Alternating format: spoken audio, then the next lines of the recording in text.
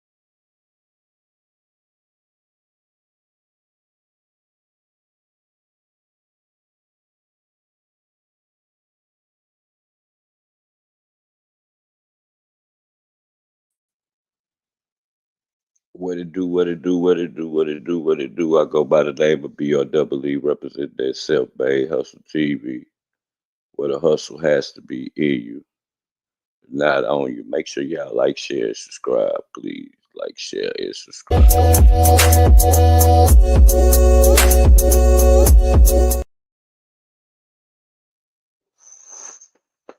It's damn right. I ain't perfect. I've been start this shit out with a good jam real fast, man. Up all my damn life and where I'm from, homie, we don't wear pants tight. We just hustle hard every day. Player, that's right. King of the ghetto, let's go. Damn right, I ain't perfect. I've been fucking up all my damn life and where I'm from, homie, we don't wear pants tight. We just hustle hard every day. Player, that's that. All I ever wanted to be was a G in this game. Louis Vuitton glasses with the real stones in the frame. The way I hustle, I deserve the ball, not just maintain. All day and all night, I'm chasing paper and I don't give a damn if it rains. I am a one-stop shop, I'm selling CDs and cocaine. 24/7 is how I hustle, I got bills to pay, man. I like buying expensive things. I told Tiffany I wanted to fuck and she got mad. She'd rather I say make love, but she can kiss my ass. I ain't no R&B singer, I ain't trying to win your heart. I'm just trying to keep your mouth open and both your legs hard. Wouldn't know how to be a gentleman, I wouldn't know where to start. If my Bentley in the projects, I wouldn't know where to park. Shit, y'all already know I'm the king of this shit. Asshole by nature, houses around my fingers and wrists for real. Yeah, right. I ain't perfect, I've been fucking up all my damn life. Where I'm from, homie, we don't wear pants tight. We just hustle hard every day. Player, that's right. Are you a hard head? Damn right. I ain't perfect, I've been fucking up all my damn life. Where I'm from, homie, we don't wear pants tight. We just hustle hard every day. Player, that's that. I'm a hood nigga, coming from nothing on this corner block. Hitting stains, running grind with that Duke and knock. Hard-headed on that 81, keep moving. Trying to beat the pen and win, but we still losing. I ain't never had shit, but I ain't never quit.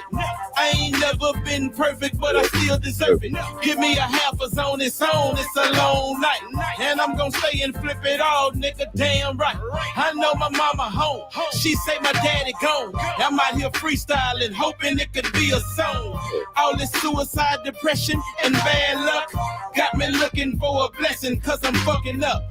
This is 16, when I was 16. On the curb trying to serve, but this bitch me.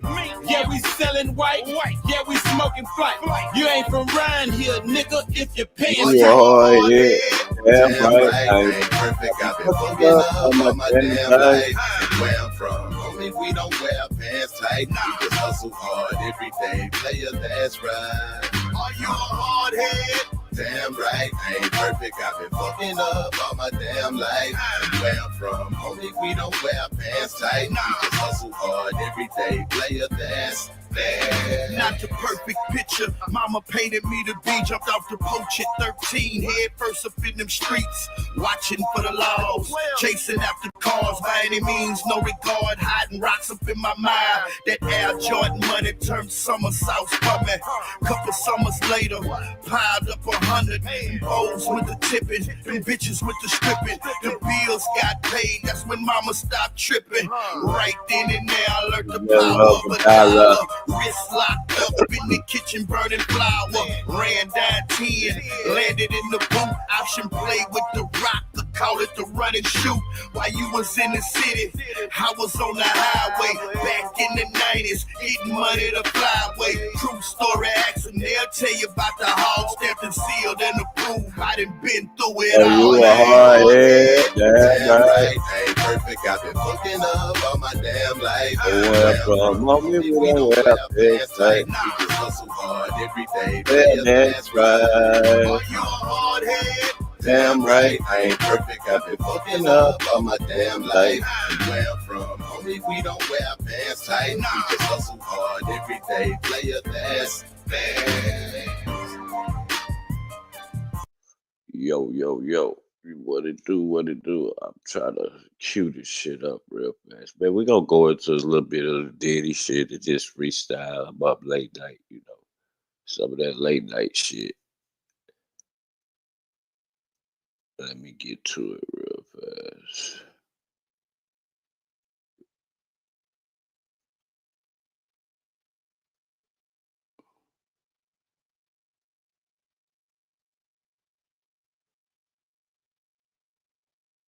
Something else that I need to. Then we're gonna go into the inmates on the inmates. Personal assistance, freak-offs, Louisiana. alleged blackmail, celebrities, extreme violence, and drugs, guns, and baby oil. If you thought week 2 of Sean Diddy Combs' sex crimes trial wasn't going to be explosive, you'd be wrong. We are catching you up on some of the major moments that happen in court. Welcome to Sidebar, presented by Law and Crime. I'm Jesse Weber. Well, after an explosive first week in the Sean Diddy Combs criminal trial with the opening statements, testimony that included the star witness in this case, Cassandra Cassie Ventura Fine, we entered week 2. And I would describe week 2 so far as, because at the time of this recording, we haven't quite finished it up yet. Your girl, Bella. Thursday morning, so just entering into testimony of day 9. But it seems to me the theme for week 2 was corroboration, meaning corroborating the testimony of Cassie, and also trying to prove the finer points, the finer elements of the racketeering charge. And we're going to go over those big moments from week 2. But yes, Combs is accused and charged with racketeering conspiracy, that he formed this criminal enterprise engaged in a pattern of illegal activity, that he entered into a criminal agreement to further the interests of this criminal enterprise, that this included the repeated abuse, threatening, coercion of women into these sexual performances known as freak-offs, makes up the sex trafficking charges too. And he also faces charges of transporting victims and commercial sex workers for the purposes of prostitution. And a lot happened this week. So, to get into a recap and analysis of week 2, let me bring in acclaimed trial attorney Ben Chu, who, as we know, famously represented Johnny Depp in his high-profile celebrity trial against Amber Heard. And as we will talk about later, one of the witnesses that testified in that trial actually testified in this trial. But we'll save that for the end. Ben, great to see you. Thanks for coming here on Sidebar. You're most welcome. Nice to be here. Thank you, Jesse. You got it. So let's talk about another celebrity who took the stand this week, okay? Started off Dawn Richard from Danity Kane. Now, she filed her own lawsuit against Diddy too, okay? Now, she actually returned to the stand, continued her testimony from the week prior, and she claims that she witnessed Diddy attack Cassie, including hitting her in the head with a skillet. She claims that Diddy punched Cassie at a dinner that was attended by other high-profile people like Usher and Jimmy Iovine and Neo. She claims she observed injuries on Cassie. She claimed that Diddy made a perceived threat to her. Quote, he said you could go missing, that we could die. She testified that Combs had drugs and guns. But on cross-examination, she was pressed about why did she try to stay in contact with Diddy to work with him. She was questioned on perceived inconsistencies between her testimony and things that she said in the past to authorities. It was a really tough cross-examination by Sean Combs' defense counsel, Nicole Westmoreland. Ben, how do you think she helped the prosecution, and was she reliable? I think she did help the prosecution in what you suggested earlier in terms of corroboration. All these witnesses seem to be confirming the testimony of Cassie Ventura. And of course, she had the ultimate confirmation in the video, which was so powerful and kind of indelible, probably in the jurors' minds. I agree with you. I think the cross-examination did score some points. But when you have the quantity of witnesses saying essentially the same thing, I think it's pretty powerful for the prosecution. And she furthered certain points, right? The idea of why Cassie couldn't leave. Well, maybe this helps support Cassie couldn't escape, right? She testified that she saw staff members there. They didn't intervene in what was going on. And I wonder if it supports also the force component of sex trafficking, right? You know, this idea that force was used as a way to induce Cassandra Ventura into these sexual episodes, these freak-offs. And then I also wonder if the repeated physical violence and the threats goes into the pattern for racketeering, because the racketeering charge takes up so many pages of the indictment. I don't care which indictment you're looking at. There's multiple superseding indictments. And it focuses on Combs not just allegedly abusing or attacking named victims, right? Like alleged victim number one, Cassandra Ventura, but other people and other women. And I think that she goes to support that, right?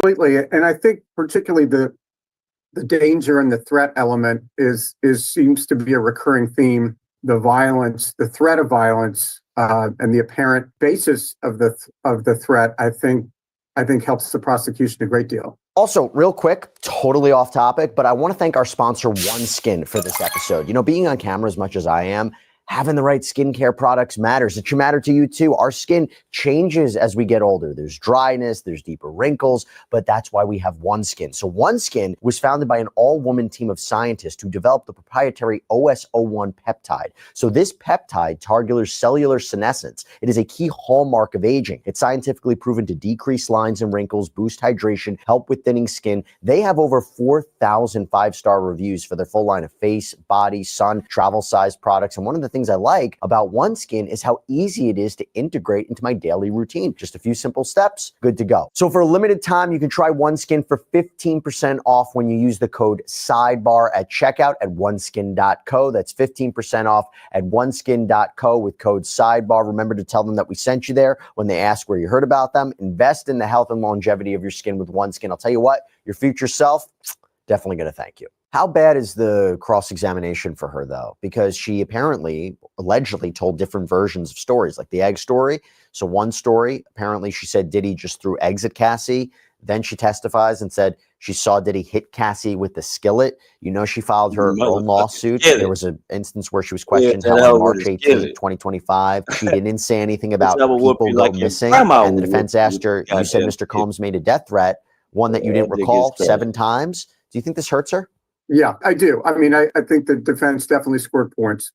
Well, then we had Kerry Morgan. So it wasn't just Dawn Richard who testified. We had Kerry Morgan, used to be best friends with Cassie. She, too, claims she observed Diddy be violent with Cassie, including allegedly dragging her by her hair in Jamaica, kicking her in another incident, that Cassie lost her spark while she was in this relationship with Diddy, that he spoke down to Cassie regarding her appearance and her behavior, that he would constantly call Morgan looking for Cassie. Even Christina Coram, Combs' former chief of staff, would reach out. But she also testified that she, too, was an alleged victim of Combs' abuse. She testified that she was at Cassie's house when Diddy showed up, choked her, hit her in the head with a wooden hanger, says she had a concussion from that. And she even claims that she was paid $30,000 by Diddy and signed an NDA, and that this actually went through Cassie. And she claims she's no longer friends with Cassie after all of this. Quote, the reason I stopped speaking to her was because she was not supportive of me after that incident.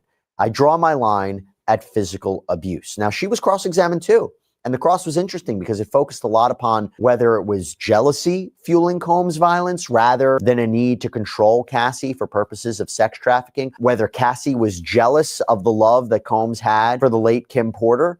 So, Ben, it seems to me she hits a lot of different potential elements of the charges here. But of course, it does become a question, is what she's describing domestic violence or is what she's describing sex trafficking and racketeering? Yeah, and it could be both. I mean, that's where it becomes dicey for both the prosecution and the defense. And will it matter to the jury, or will just the fact of the violence and the threats kind of overtake the nuances of the line between domestic violence and conspiracy and racketeering? Do you think that this testimony from Kerry Morgan and Dawn Richard helps establish that he was operating a criminal enterprise filled with threats and fear and violence? Do you think it helps that? I think it helps, but I still think that they need to do more on the technical elements of those crimes. And I suspect that we're going to be seeing that as the trial progresses. I think the control aspect's key for sex trafficking, right? So when you talk about sex trafficking, it's harboring, maintaining, transporting somebody for purposes of commercial sex. So if you're talking about sex with sex workers, and also using force, fraud, or coercion to induce that person to engage in this behavior. The idea of controlling is very, very important. The $30,000, though, you know, one of the things we talk about is the underlying crimes for racketeering. To prove racketeering, they need to prove at least two predicate crimes. $30,000, is that bribery? Well, it certainly suggests the criminal aspect as opposed to the jealousy aspect, because that's the only thing that would explain the financial. Why pay? That's a great point. And, well, you know, he could say, I didn't want to be embarrassed. You know, I didn't want to be embarrassed. It was not to cover up a crime. I didn't want to be embarrassed. I didn't want to embarrass anybody. But we move on to two other witnesses. So you want to talk a little bit more about racketeering? I think that these witnesses could be arguably the most important witnesses as of yet for racketeering. Maybe. David James, George Kaplan. So the former assistants to Diddy. So if you're talking criminal enterprise and a conspiracy and a criminal agreement to commit racketeering activity, and that Combs used his staff to commit crimes and cover them up, you need the inner circle to testify, right? So David James testified that he was told when he was first brought in, quote, "This is Mr. Combs' kingdom. We're all here to serve in it." Okay. Testified about helping to prepare hotel rooms for what prosecutors allege were elaborate sexual encounters, freak-offs, right? Clothing, toiletries, food, drinks, a medicine bag.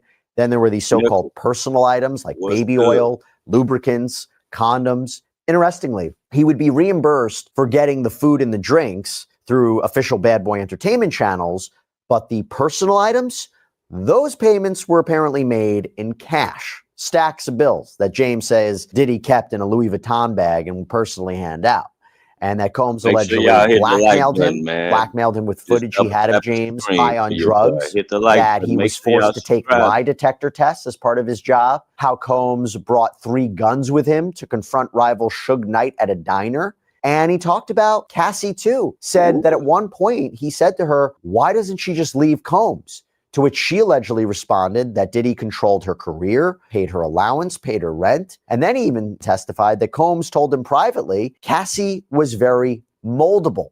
Then you had the other former assistant, George Kaplan. So he testified to cleaning up hotel rooms after these sexual events, talking baby oil, liquor bottles, drugs all around. And he was told that this was done to allegedly protect Diddy's public image. So it's kind of interesting when you think about a criminal enterprise and there needs to be a common purpose. Testified to receiving drugs for Combs at one point.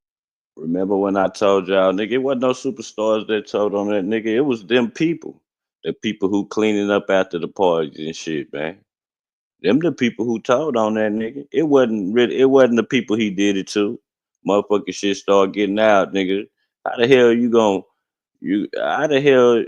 gonna keep them workers around that shit, fool? And they ain't a part of that shit. They ain't a part of it, but they around that shit. Man, they gonna tell on you, bro. See, that nigga got too big-headed. Nigga got too big-headed. But also the nigga might walk from this shit too. Testified to the demands of the job, how he was under constant threat of being fired. Ben, I laid a lot of it out. You think these witnesses help prove racketeering? Absolutely, Jesse. I think I think they're very strong. They're right next to him every day. And it continues the theme of threats and money, which I think is very helpful to the prosecution. He thought he was white. He could get away with it. You mentioned about the accounting for it, that the company paid for the food and the drinks. Sometimes and he paid cash. Motherfuckers got to come out them clouds and realize that he really is black. The drugs, etc., shows a consciousness of guilt. It's nothing spontaneous. That suggests more the criminal aspect of it. So I think that part of it was powerful. Hey, that is as if it was just, hey, this is his private sex life. There's nothing nefarious going on. Who else forgot that they had to pull out them clouds? Charleston White. He was like that. Charleston White felt like he was really was thinking that the white people was loving him and he had authority over the laws. No, nigga. Take your ass to jail, nigga. You break the rules, you go to jail just like anybody else, nigga. You got to fight for your freedom just like everybody. You think because you cool with some laws that they gonna scratch your back when you get in trouble. Bro, they only do that for their sons, their own people, their sons and daughters and shit. They don't do that for black friends that they think this dry snitching. You know what I'm saying? Shit don't just work like that. To pay in cash when you could have used company resources to pay or reimburse. It's interesting to think about. And also there's that corroboration again of maybe why Cassie couldn't leave and corroboration that these freak-offs even existed. Although I will tell you, Kaplan testified he was given immunity. James talked about a proffer agreement. Help or hurt their credibility. Well, it hurts their credibility a little bit, but that's fairly standard in these criminal cases, as you know. So the defense scores a few points about that, but I think ultimately, the testimony was strong. It's not a shocker considering we're talking about a racketeering conspiracy and Sean Combs is the only defendant, right? If you're talking about him being leading a criminal enterprise, no one else is charged. Of course, you're going to expect the people who testify against him have some sort of protection. Yeah, but the jury has to weigh and assess that. So now I want to get into something else. I want to get into the testimony of what was found, when Combs was arrested in New York in September 2024, what was found in his hotel room at the Park Hyatt, and B, what was found at his Miami property when it was raided by the feds last year. So let's start with the hotel room. So again, he comes to New York voluntarily to surrender himself to authorities. He knew he was going to be arrested. He knew he was going to be charged. Probably did this because he thought it would help him make bail, which, by the way, he was never granted. But apparently, and as documented in photos, in that hotel room were medications. There were baggies of a pink powder that tested positive for ketamine and MDMA. This is the testimony of one of the witnesses. There was lubricant. There was several bags and bottles of baby oil. There was a fanny pack with $9,000 in cash. There was a lighting device. There was evidence that a woman was staying there too. Ben, is this bad? Does it look like he's continuing purported freak-offs even right until the moment of his arrest? And if so, why would he bring this stuff? Well, absolutely. It makes it seem far less like a personal choice and much more like a systematic enterprise. The lighting in particular, the drugs, all of this is consistent with the prosecution's theory. Why would he bring it knowing? I mean, if you know, here's the thing, right? Cassandra Ventura talked about freak-offs in her lawsuit, right? I think he knew that she was cooperating with the government. If he knew he was being investigated for this, why allegedly bring the very materials of the crime with you when you're arrested? Well, it may be his perception of invincibility, that he had been doing these things for a long time. He's a very powerful person. People in his organization kowtowed to him. So that could explain it. Could be hubris. Could be that he just thought that he would never really get caught. But then we heard from an agent with Homeland Security, testified about the raid that was conducted on Combs' Miami mansion last year, Found a Gucci bag filled with ketamine and MDMA, bottles of lube, baby oil, a handgun in a suitcase, cell phone stuffed in a boot, AR-15 assault rifles with defaced serial numbers, platform heels, lingerie, condoms, sex toys. On cross-examination, the defense counsel seemed to criticize the level of force for the search. They questioned whether Diddy's fingerprints or DNA were even on the handguns. Ben, what's the value of all this? Well, the value, I think... If Biggie Smalls It's two people that would say. I want to know what they would say. That in this shit, that would be Notorious Big's mom. Shout out to that boy Mookie, man. And it would be, what would J-Lo say? What would Jennifer Lopez say? What does she got to say? Cause she ain't said shit. You know, she ain't said a motherfucking thing on there. Goes to just the volume of materials suggests that this was more than just his personal use. And I think the most damning was the AR-15. I mean, I could see a jury understanding why somebody like Diddy would want to have his own firearm for protection, though he has guards really to do that. But the AR-15s really suggest something more nefarious. There's no real reason that anybody should have an AR-15, legal or not. I mean, I think that begs a lot of questions. Look, I think they need to prosecute. They need to convince this jury that we're dealing with the mafia, right? Because that was what RICO was first established for, organized crime. And if you go into his mansion, he's got... Bro, y'all got to start hitting the like button, bro. This shit free. It's some free shit, man. We just coming together as one on the topic and respectfully doing our shit. Man, y'all got to start hitting the like button. It's some free shit. Double tap the screen, or if it's the 3 buttons in the corner, hit that shit, man. Let me know you want me to keep doing this shit, man. Y'all here watching? Come on, man. Guns, and he's got paraphernalia. That's how they do it. They need to convince this jury that he's a head of a criminal enterprise. Now, it doesn't have to have a charter. It's not a criminal organization where you need a charter or bylaws, but, you know, some association, in fact. And if you build up the power, the influence, you build up the resources, that's how they do it. Not saying they're going to get it, but that's how they do it. I think that's important. Now, we have talked a lot about Cassie and the witnesses who helped her credibility. Who I haven't talked about yet was her mother, Regina Ventura. She, too, testified this week, and she testified to seeing injuries on Cassie, took photos of them. She testified that Combs threatened to release sex tapes of Cassie because she was in a relationship with Kid Cudi, that Diddy was demanding $20,000 because he was angry for all the money that he spent on Cassie when she's now in a relationship with Kid Cudi. So what does Regina do? Well, she claims, she testified that she took out a home equity loan to pay it, but the money was actually returned to her. And I will tell you, it was some explosive testimony. The defense didn't even question her, Ben, which I thought was interesting too, considering what she was alleging. Yeah, I thought the testimony was very strong. I can understand why they wouldn't want to cross-examine her in any depth because she's such a sympathetic witness. They might have asked a one-sentence question, "You're Cassie Ventura's mother, right?" I mean, just to remind the jury that she obviously would do anything for her daughter. But I think they were right not to go after her very strongly because she's pregnant. I think it would really poison the jury. It may be. You could be 100% right. I mean, there were avenues for them to question her about. I mean, it's a serious allegation that Combs was blackmailing, right, Ventura. And blackmailing is a very important theme in a sex trafficking case. So interesting that they didn't question her about it. Now, let me tell you who we heard from also. We heard from another witness named Sheree Hayes.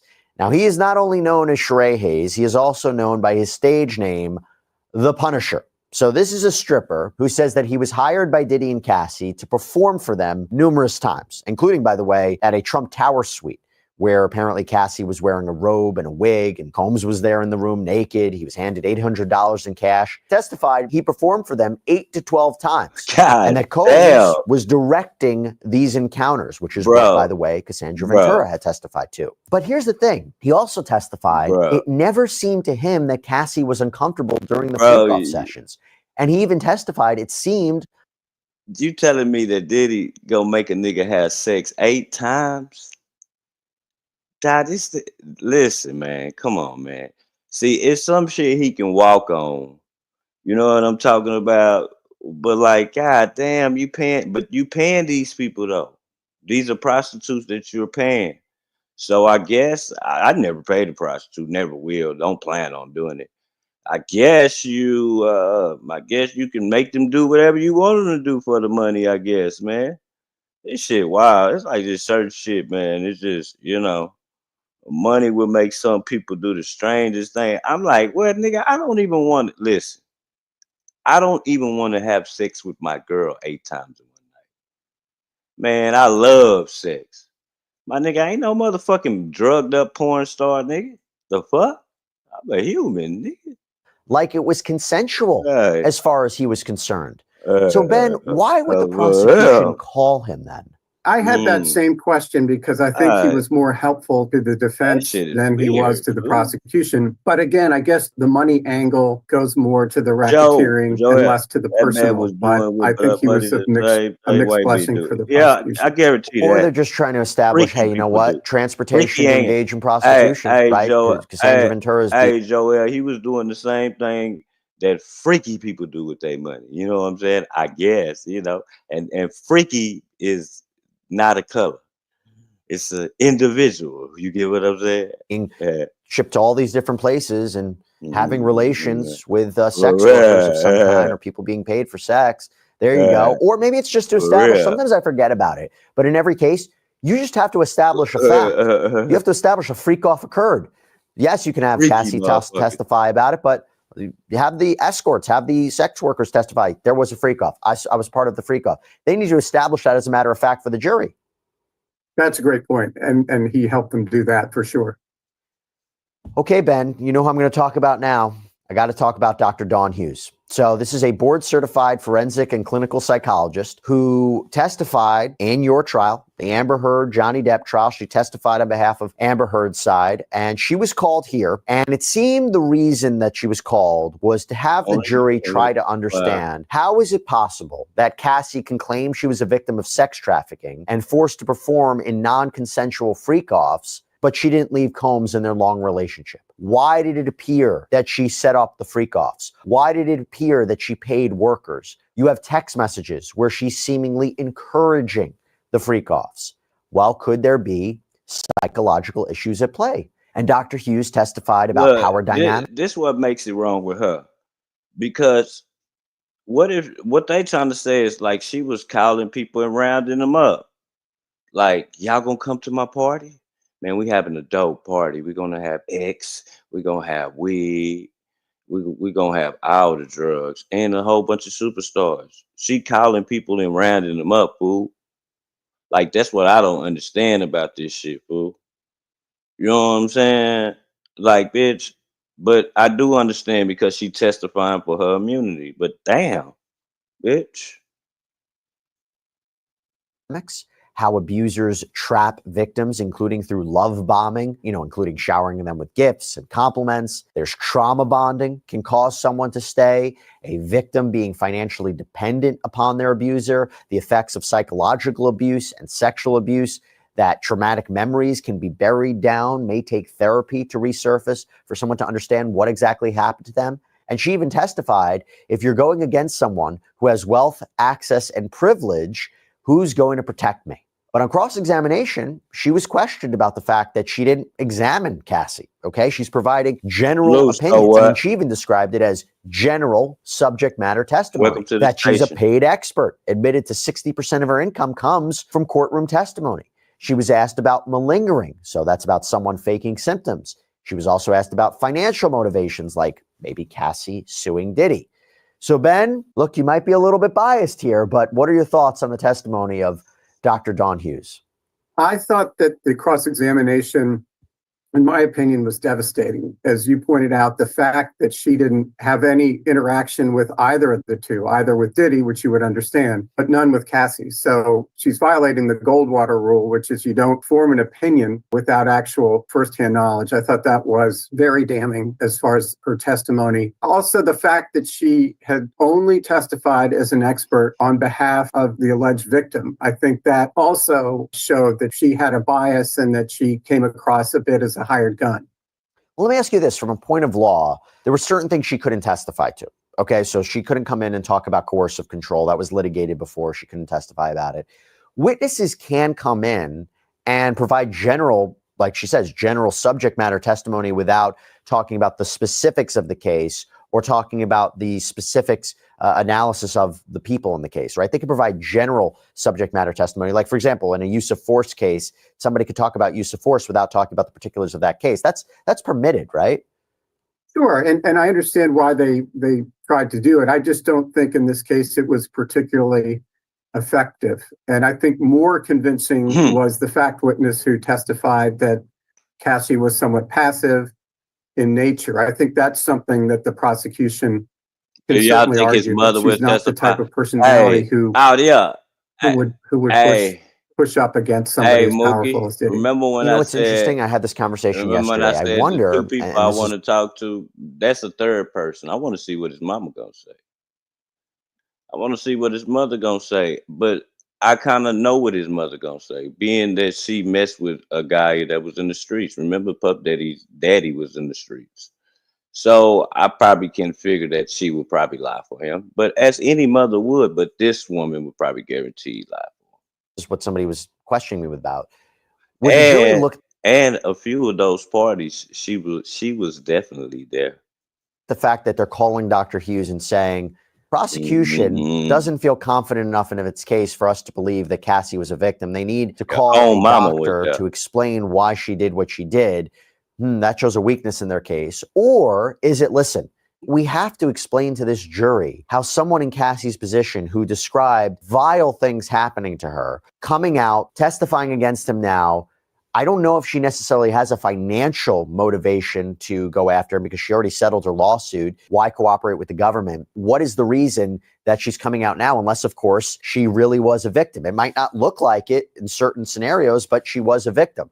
So you see what I'm saying? I wonder that balance for the jury. Do they say calling Dr. Hughes shows a weakness in the prosecution's case? You hold it on to that money for him. Yeah, makes total sense because it has to explain why she stayed. There has to be an explanation there.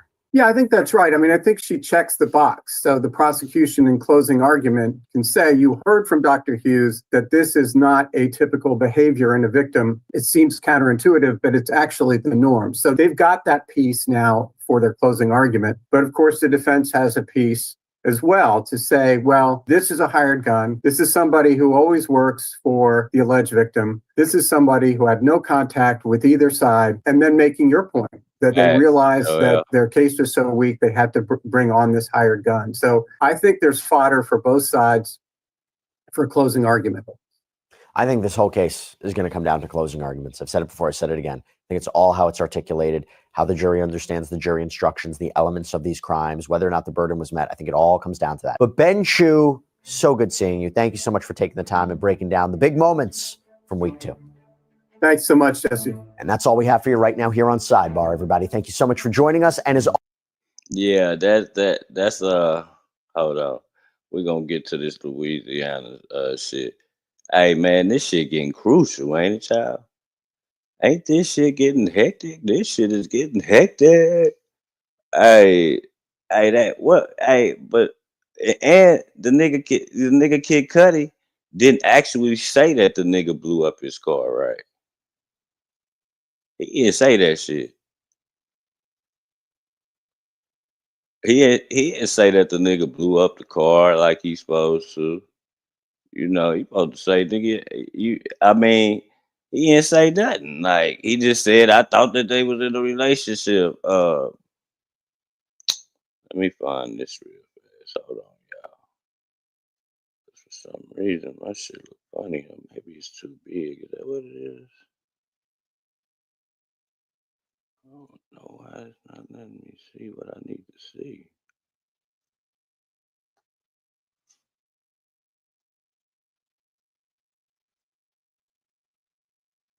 Hold on real fast, y'all. Why the fuck I can't go to my history?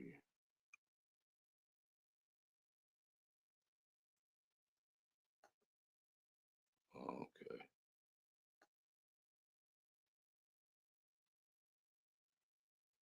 Yeah, that nigga, she rounding up the people and shit. She rounding up the bitches and shit, and then y'all, I like, that's weird. How she gonna round up the people and then don't even go to jail for it? That's why I be telling y'all the pimps get life sentences while Prostitutes get right out. They the scorn women. That's cold. Get a whole life sentence for pimping a female. For pimping a female. You know what I'm saying? That shit's wild. Hold on real fast. Damn. Yeah, dog. Shit crazy. Shit's heating up, y'all. It's definitely heating up. Hey, that nigga fuck around and walk. I'm telling y'all, he's gonna fuck around and walk, man. Y'all think it's a game. Watch. That nigga spent 10 million on them lawyers. Maybe sometimes you gotta do that. And we know this nigga did this shit. We know for a fact this nigga did this shit. And this nigga still gonna walk. That nigga spent 10 million, nigga. 10 million. He spent 10 million. Hey, but yeah, now we finna get into this. Y'all heard about the Baton Rouge jail case. So, some more shocking details that they done found out about this shit now. So we're gonna tap into this real fast. The 10 inmates that broke out. To allow the inmates to break open a hole and get to freedom. Now, on the outside, the search continues for. Hold on, let me start it back.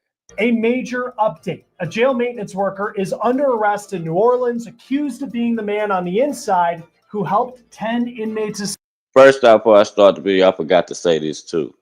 Man, shout out to one of my subs, Mac Deuce. I ran this story when it happened, the day right after it happened. And Mac Deuce was the only one in the chat said the maintenance man. I'm like, the maintenance man? Why that nigga just gonna come out and say the maintenance man?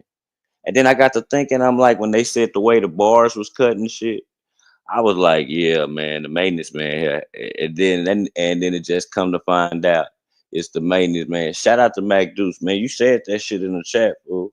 I don't know what you know, but you know something. The worker allegedly turned off the water to allow the inmates to break open a hole and get to freedom. Now, on the outside, the search continues for several inmates. Another escaped New Orleans inmate is back in custody. This one's accused of attempted murder. And we have the moment his arrest was caught on camera. This image per WVUE on Instagram. Sleeping on the bus. Several other inmates made a jailbreak that has been seen by millions on security camera footage from a jail in New Orleans. The majority of I'm gonna explain this to slow foods. I'm gonna take y'all into a black person's world. And now I'm not being racist. I fuck with all type of races. I'm just trying to walk y'all into a day in the life of us. Bro, don't you realize it is family? You can have a warrant for a dope case or something, parole violation or something, just some regular bullshit. You ask your family member, can you stay with them while you on the run? Motherfucker, 9 times out of 10 gonna tell you no then. So just imagine you breaking out of jail. Your family member know you supposed to be in jail. Know you supposed to be in jail. Know you about to get some major time. The whole family talking about it and everything. And you pop out. Bro, in a black world, bro, you're gonna be homeless. That's why a lot of them niggas didn't have nowhere to go. When you go to jail, a lot of people give up on you. Fool. A lot of people give up on you. You get what I'm saying? So you pop out of there. They know you broke out. They seeing your picture on the news, fool. Listen, man, they not gonna let you stay with them, bro. It's just how it is. Well, nigga, you have no money. It's like when they say it costs money to go to war. My nigga, you can't go to war with a nigga that's broke, because all he gonna do is go pay more niggas and buy more guns. You can't do shit but talk shit. It's the same thing. It costs money to be on the run. You can't live in your regular house. I feel you, bro. I saw it earlier today and thought of a place, not the bus stop, my guy. Yeah, bro, nowhere to go, fool. Nowhere to go, Mookie. You ain't got nowhere to go. You're not understanding. When the motherfucking, if you got a parole warrant or something, the motherfucking regular law is gonna raise your shit. U.S. Marshals or something. My nigga, you break out of jail or prison, man. It is the FBI sitting on your mama's street, sitting on your girlfriend's street, watching how, bro. That's the F, man. Ain't nobody finna deal with you, bro. You hotter than hot. Anyway, you see running free. Anyway, why would I even want to race to my people's house? I know I love family. I love my family to death. But me on the run, it's just like if why do people unalive people and stay there? Like you just unalive somebody and you just sitting here? Nigga, I'm gone as soon as I do that shit, nigga, in the car. I don't know where I'm driving, but I'm driving far away from here. They're not gonna catch me nowhere near here. I promise you that, nigga. Are still on the run right now, including multiple accused of murder. There is no way people can get out of this facility without there being some type of lapse in security. There's no way. It's almost impossible, not completely, almost impossible for anybody to get out of this facility without help from the outside. That video, per WWL-TV, the sheriff says it would take a lot to escape her jail. But what the inmates apparently wrote on the wall on the way out, I done been hounded down by the U.S. Hundreds of members of law enforcement across multiple states are on the hunt I'm telling for y'all, I those know still some at large. shit about this. We're Not breaking out of jail, but the U.S. Marshals and Warren. I'm Chris Stewart. From personal experience, y'all. For real. Them feds coming to get you. The reason why I say the local sheriff in New Orleans. The reason why I say the feds don't normally touch break out of jail situations unless it look like some put together shit. When it look like some conspiring or some conspiracy type shit, that's when the feds start touching shit. Just like such as M1 cases. Y'all know what I mean, M1. Erda cases. Like if it's something like Mo3, the rapper Mo3. If he would have got unalived on the back street or something, it would have been a regular case. But with him being unalived on the top level of I-35, the highway that run from Mexico all the way to Canada, you know what I'm saying? We're going to have to put our hands on this. You know what I'm saying? For real. We're going to have to put our hands on this. Said that she would be investigating her staff to see if those inmates had any help in their escape from her jail. And it turns out that a maintenance worker is now under arrest, accused of helping turn the water off, which played a key role in allowing those 10 inmates to escape. Sterling Williams is 33 years old. He's a maintenance worker at the... Listen, bro. Just because you got felonies, shout out to my boy Mookie, man. People don't understand, Mookie. Just because you got felonies don't mean your life over with, fool. I got a job getting paid $32 an hour right now. I'm blessed, fool. I do shit that engineers do, fool. Never been to school or nothing. 2-time felon. And a whole bunch of fleet of misdemeanors. So that don't mean it's over with, bro. You just gotta wait your time to shine. Once your 10-year criminal history is over with, you probably can get you a job about anywhere besides the government or some security or some bullshit like that. Nigga, I'm telling you, just have to work on your work skills and get up in there. You know what I'm saying? Jail, and he allegedly turned off the water, which allowed the inmates to move the toilet in front of the hole that they carved into the wall. This is his mugshot per the Louisiana Attorney General. An inmate allegedly told Williams to turn the water off, and the Attorney General says instead of reporting that inmate, he turned the water off, allowing the 10 to carry out their plan. Williams is now booked on 10 counts of principal civil escape and 1 count of malfeasance in office. Jail records show he is not being held at the facility where he once worked, but is now being held in a separate parish. Here are those inmates, and at the time of this recording, you can see several of the 10 are still on the run, and there are major questions about what kind of help these inmates may have received to pull off this jailbreak. And there's also questions about who may be helping them on the outside. I want you to look at this picture. This is of Robert Moody, one of the first inmates to be arrested after the jailbreak. And you can see when he was arrested, he wasn't in prison guard. Hey, Mookie, but sometimes, bro, it took me a long time to figure it out, though. It took me a long time to figure this shit out, though, Mookie. You know what I'm saying? It didn't take me a long time to stop selling dope. I quit that instantly once the feds be on niggas bumper. But the next step was just you just sitting here. Yeah. You got to progress. It's time to progress. You know what I'm saying? I don't play about my work ethic and my hustle, my nigga.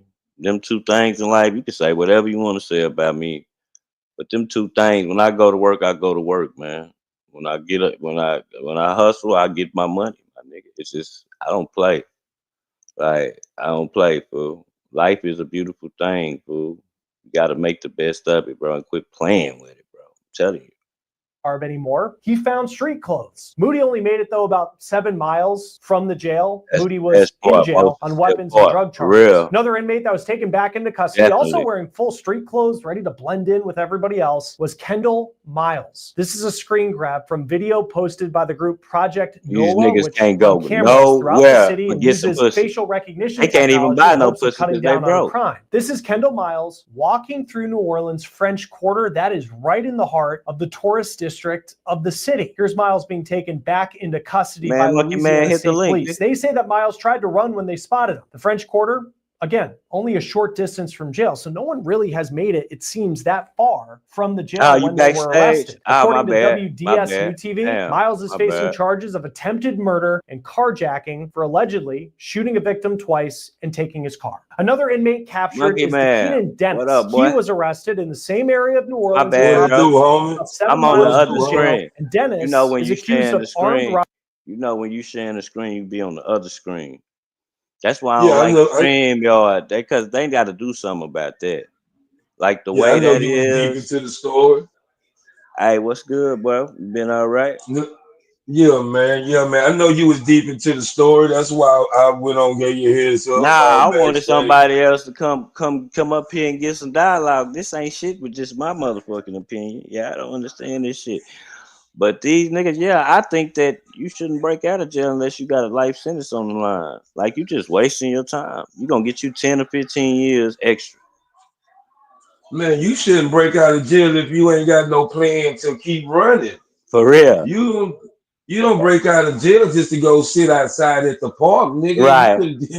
Hey, is that what El Chapo did? Is that what El Chapo did when he broke out? He broke out and went and chilled at a park, right? Bro, yeah, I think that nigga he wanted to feed ducks or some shit like that, man.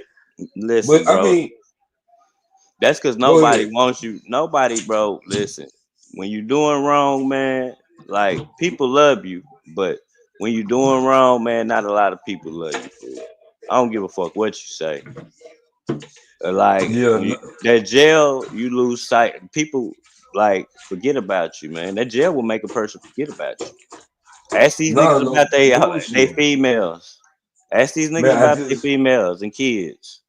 I just came out of there. Yeah, your family let you get a number, let you get a 20 and better, man. Your people gonna forget about you, boy. Man, I ain't gonna forget about you, bro. Like, for doing some dumb shit. They gonna be like, nah, I told that boy.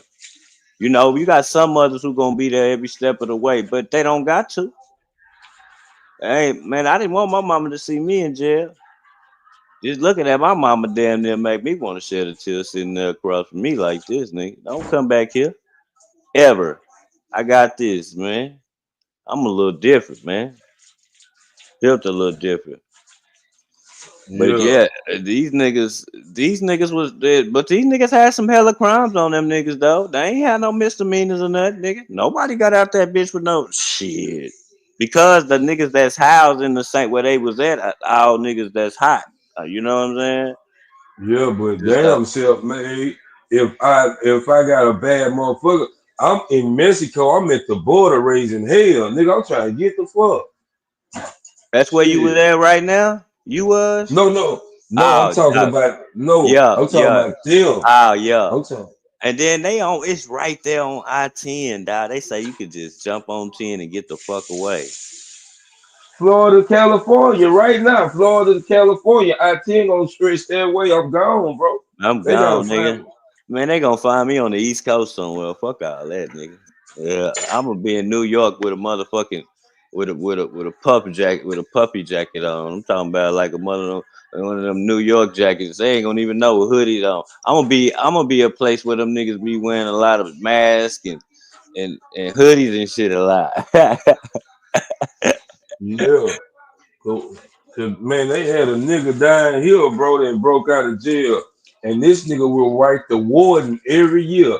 The nigga that broke out the jail, out of prison, he used to write the warden every year for Christmas, bro, till they caught his ass. Leave them people alone and run, my nigga. Right, Don't run, man.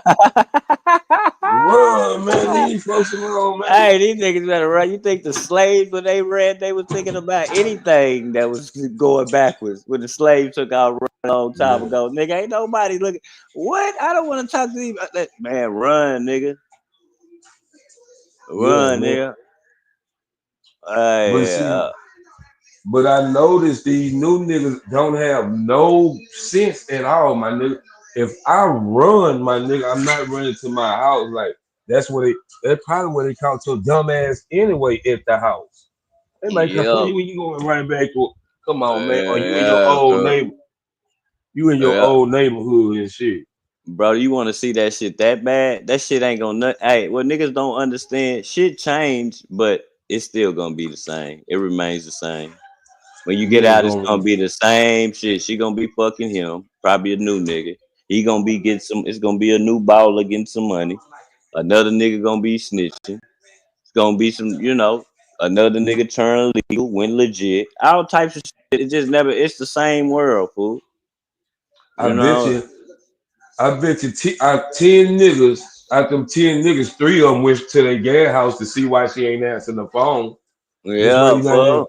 They tried it and she ain't going. Listen, man, them gonna be the first people that ain't gonna let you stay as them females. They got kids, fool. They can't risk getting their house ready, losing their Section 8, let you come stay on the run for a couple nights. Yeah. Come on, man. Like it's just not gonna happen. Them women is gonna, and then you just can't trust a nigga. Man, hell no. They got money on the line. Nigga, it's money on y'all head. Nigga, the woman would tell on you, nigga, for that change. Shit, the nigga will tell on you for change. That's what I'm saying. All right, what I'm saying. That's what I'm saying, monkey man. Now we talking. Now we fucking talking. I know, and some niggas like that, bro. They'll say, yeah, man, you come over here and have a law sitting there, bitch, waiting on you. I'm telling you. Yeah. Sneaky niggas, man. Them sneaky snitches. Listen, man, y'all gotta understand, man. A real snitch, you ain't gonna be able to say he did. You just gonna know he did it. Look at like Terrence Gangster Williams. You can't look up no paperwork on him. He did his shit the right way. Or is it the right way? Hell nah. What I'm saying is, nigga, you know what I'm saying. You can't look up that nigga shit. Whatever, when he did it the way that he cleaned up all the bullshit. Like, and this ain't no dig or nothing. I'm just saying, like, I'm not digging. Shout out to Gangsta Williams. I don't fuck with them niggas, though. I'm just saying, like, I'm not digging on them. I'm just like, that, you can't look up shit on him. Y'all know he did it, though. The real snitches, you ain't gonna even know. The real snitches is the niggas who don't get in trouble that snitch on you. Niggas who getting paid. The real snitch is the nigga you telling all your business to. Yes, You thinking this nigga solid A1 since day one. Man, that nigga is collecting information, my nigga. And gonna be sitting on the he gonna be sitting on the stand just like all the motherfuckers at the DiddyTrial sitting on the stand. It was cool when we was out in the back, but say, man, this here business, man. I need to get this money. Look here. And they got the bricks over there at his mama house. They got, they gonna tell everything, bro. Yeah, fool. That be the problem. It ain't no like they be saying. That's why they be saying the street shit is dead. It is dead till you get out there and see. Go out there. Y'all say it's dead. Go out there and see. When motherfuckers that say all the motherfuckers that saying the streets is dead, they don't be out there. Now you can get how the streets dead and niggas sit. I just came from jail. The streets are jumping, nigga. What it is, your career is dead in the streets. If a nigga say the streets is dead, I mean his as far as Niggas not respecting you no more. You ain't gotta be a husband, but niggas just ain't fucking with you no more. Nigga know the streets jumping if you got your ear to the streets. Hey, streets ain't damn. Scooter Buck, every group in history snitch, definitely, fool. That's what I be trying to explain. Every group snitch, fool. All the gangsters snitch. All of them. All the gangsters that people admire are rats. No bullshit. All the gangsters that people admire, the outposts, all that shit. Them niggas all rats. But it's people in the mob that snitch too. We talking about the Italian mob and shit like that. You know? Didn't Gotti snitch? Man, I don't know. I know Whitey Bowles just snitched. This nigga named Whitey Bowles. John Gotti. Nigga, all them niggas, Sammy the Bull, nigga, all them niggas was rats. Come on, bro. You talking about Ricos and rats, nigga. They made the Rico is come from them. It didn't come from us. That shit came from them. That's a statute of law that they made for them type of people and using it on us. I don't care if you didn't even like a nigga. Don't snitch on them. You know what I'm saying? Niggas ratting on their own man. Izzo, that's exactly what's going on, fool. Y'all don't know the lawyer nigga. It's some niggas making this shaking, and because of the loyalty that y'all just ain't gonna never get to know them. Cause y'all fake as hell. It's crazy you said this, mate. I say like our generation and back. It's a nigga doing 30 years in the penitentiary for another nigga case because he won't snitch, bro. He won't snitch, bro. That was gonna happen to me, bro. That's what I'm telling y'all, bro. I ain't gonna snitch, period, though. We committed a crime. They don't even know I'm there. Nobody can't even point me out. And now, if I was a whole ass nigga, I would have just said he did it. But I just sat back, and I had to sit back, and I had to sit back. And until I walked, nigga. Without saying nothing, just sat back. And you had to do a little bit of time, maybe a few 8-9 months in the county, and I walked, nigga. Motherfuckers don't understand, fool. You gotta sometimes being quiet can get you out of trouble too, fool. Yeah, cause when you tell, all it do is bring more information that the laws don't have. You feel what I'm saying? Like, you know what I'm saying? Motherfuckers don't be understanding what the first 48 is, man. They got 48 hours to prove that you committed this crime. If they questioning you, man, they don't know shit, man. Yeah, they don't know motherfuckers shit. Go tell them everything. You know how many niggas in Chicago get them niggas in Chicago be drilling, get questioned for M1s every day, and they walk right up out of there. Cause they don't say shit, fool. These niggas go to crying. Them laws put the squeeze on them niggas, and them niggas get to crying on the stand and all that shit, nigga. I'm telling you, it's the first 48, man. Them hoes got 72 hours to produce the intel that you committed this crime. When them hoes is questioning you down, asking you questions, they don't really know. They just got an assumption, and that assumption can't, you know. Right. You know what I'm saying? You just gotta. Well, I'm from where you do your crime, nigga. You do your time, nigga. It's just simple as that, fool. Like State of Texas, boy, you that's a privilege to get a slap on the wrist, and I'm talking about a slap on the wrist.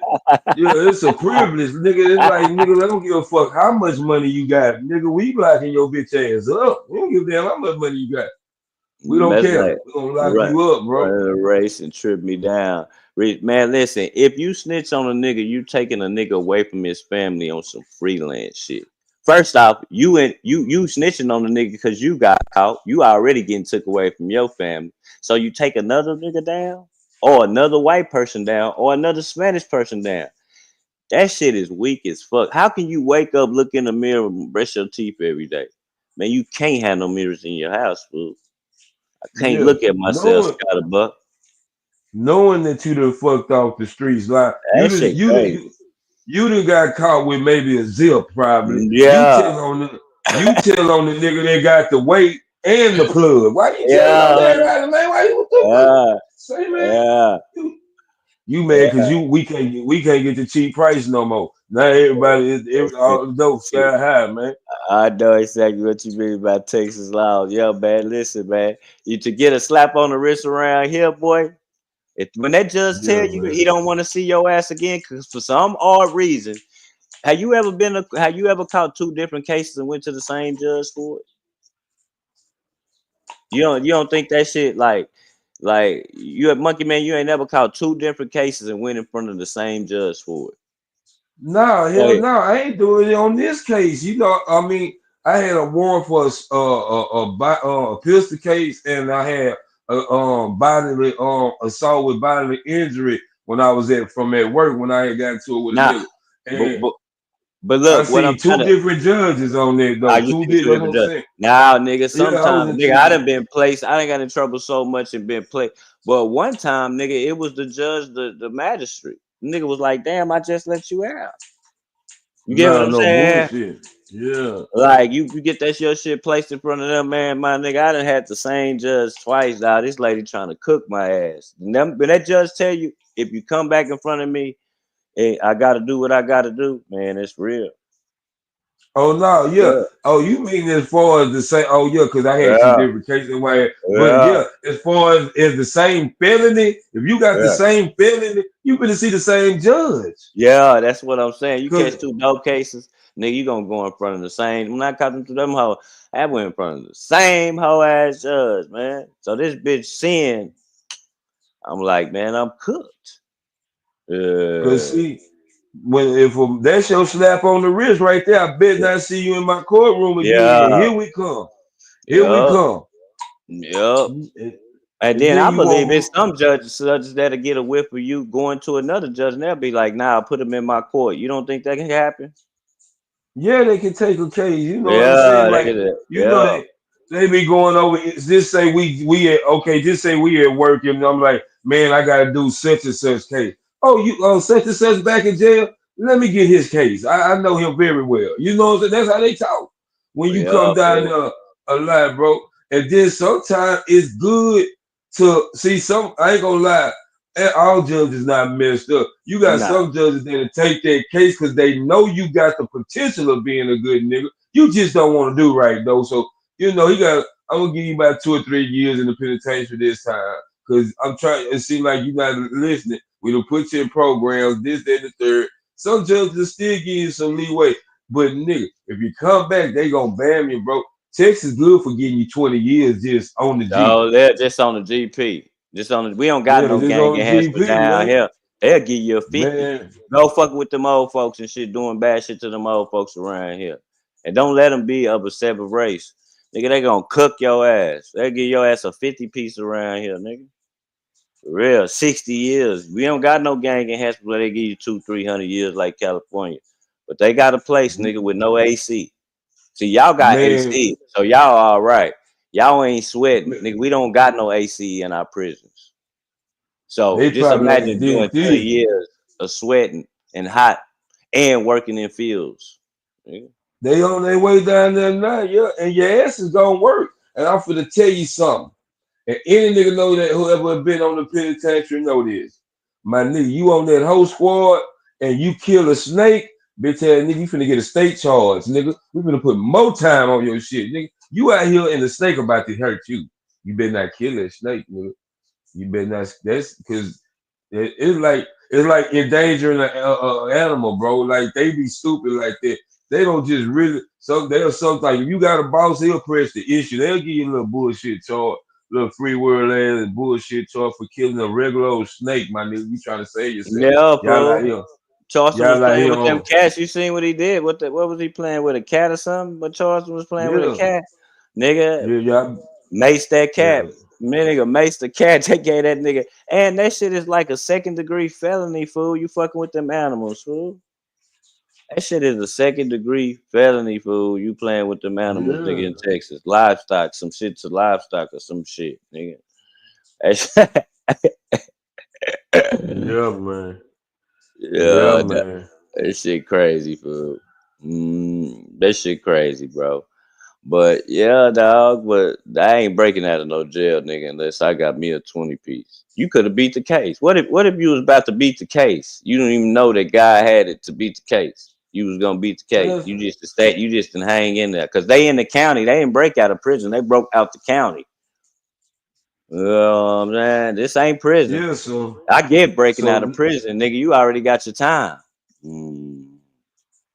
Yeah, because in the county, you either getting your time, got your time, or they investigating on you. You know what I'm saying? So like, you probably could have beat the case. Now you got a case that's for sure gonna stick. You know what I'm saying? Like you could have beat the case. Now you got one that's for sure gonna stick, bro. That shit crazy, fool. We're gonna tap into this and see what they talking about. If you want me to stop, just tell me to pause it. I got you.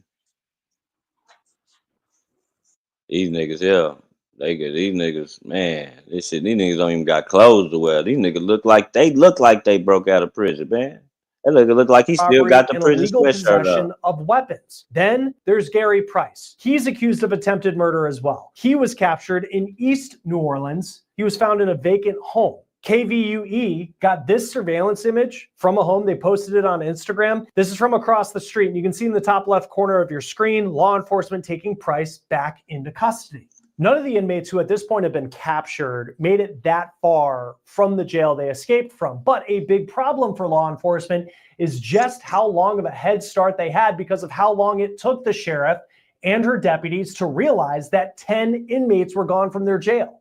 This is video from the Orleans Parish Sheriff posted on social media showing inmates around midnight on May 16th. And you can see the inmates yanking on a jail door to break it open. And also some inmates walk by, some act like they don't see anything. Others eventually come over and help that inmate in orange break it open. And it only took less than a minute and a half from the beginning of that inmate yanking that door to it eventually breaking open and then the inmates being able to get in through that cell door. Obviously, when you're watching this, you might be asking yourself as well, where are the guards? And is anyone watching this video? I'll get to that in just a moment. But as this video continues on, as soon as the door breaks open, the inmates pile into one of the cells and then out they go through the back, as you see in the video here. The next piece of video may be hard to see here as well, but we'll zoom in on it. We'll show you, you can see some of the inmates running across a highway as they make their way away from the jail. Now, as to why it didn't seem like there were any guards that were watching any of this play out, their mama said, what looked like nice on time to go, like the rat, like the roaches in the crack house. The person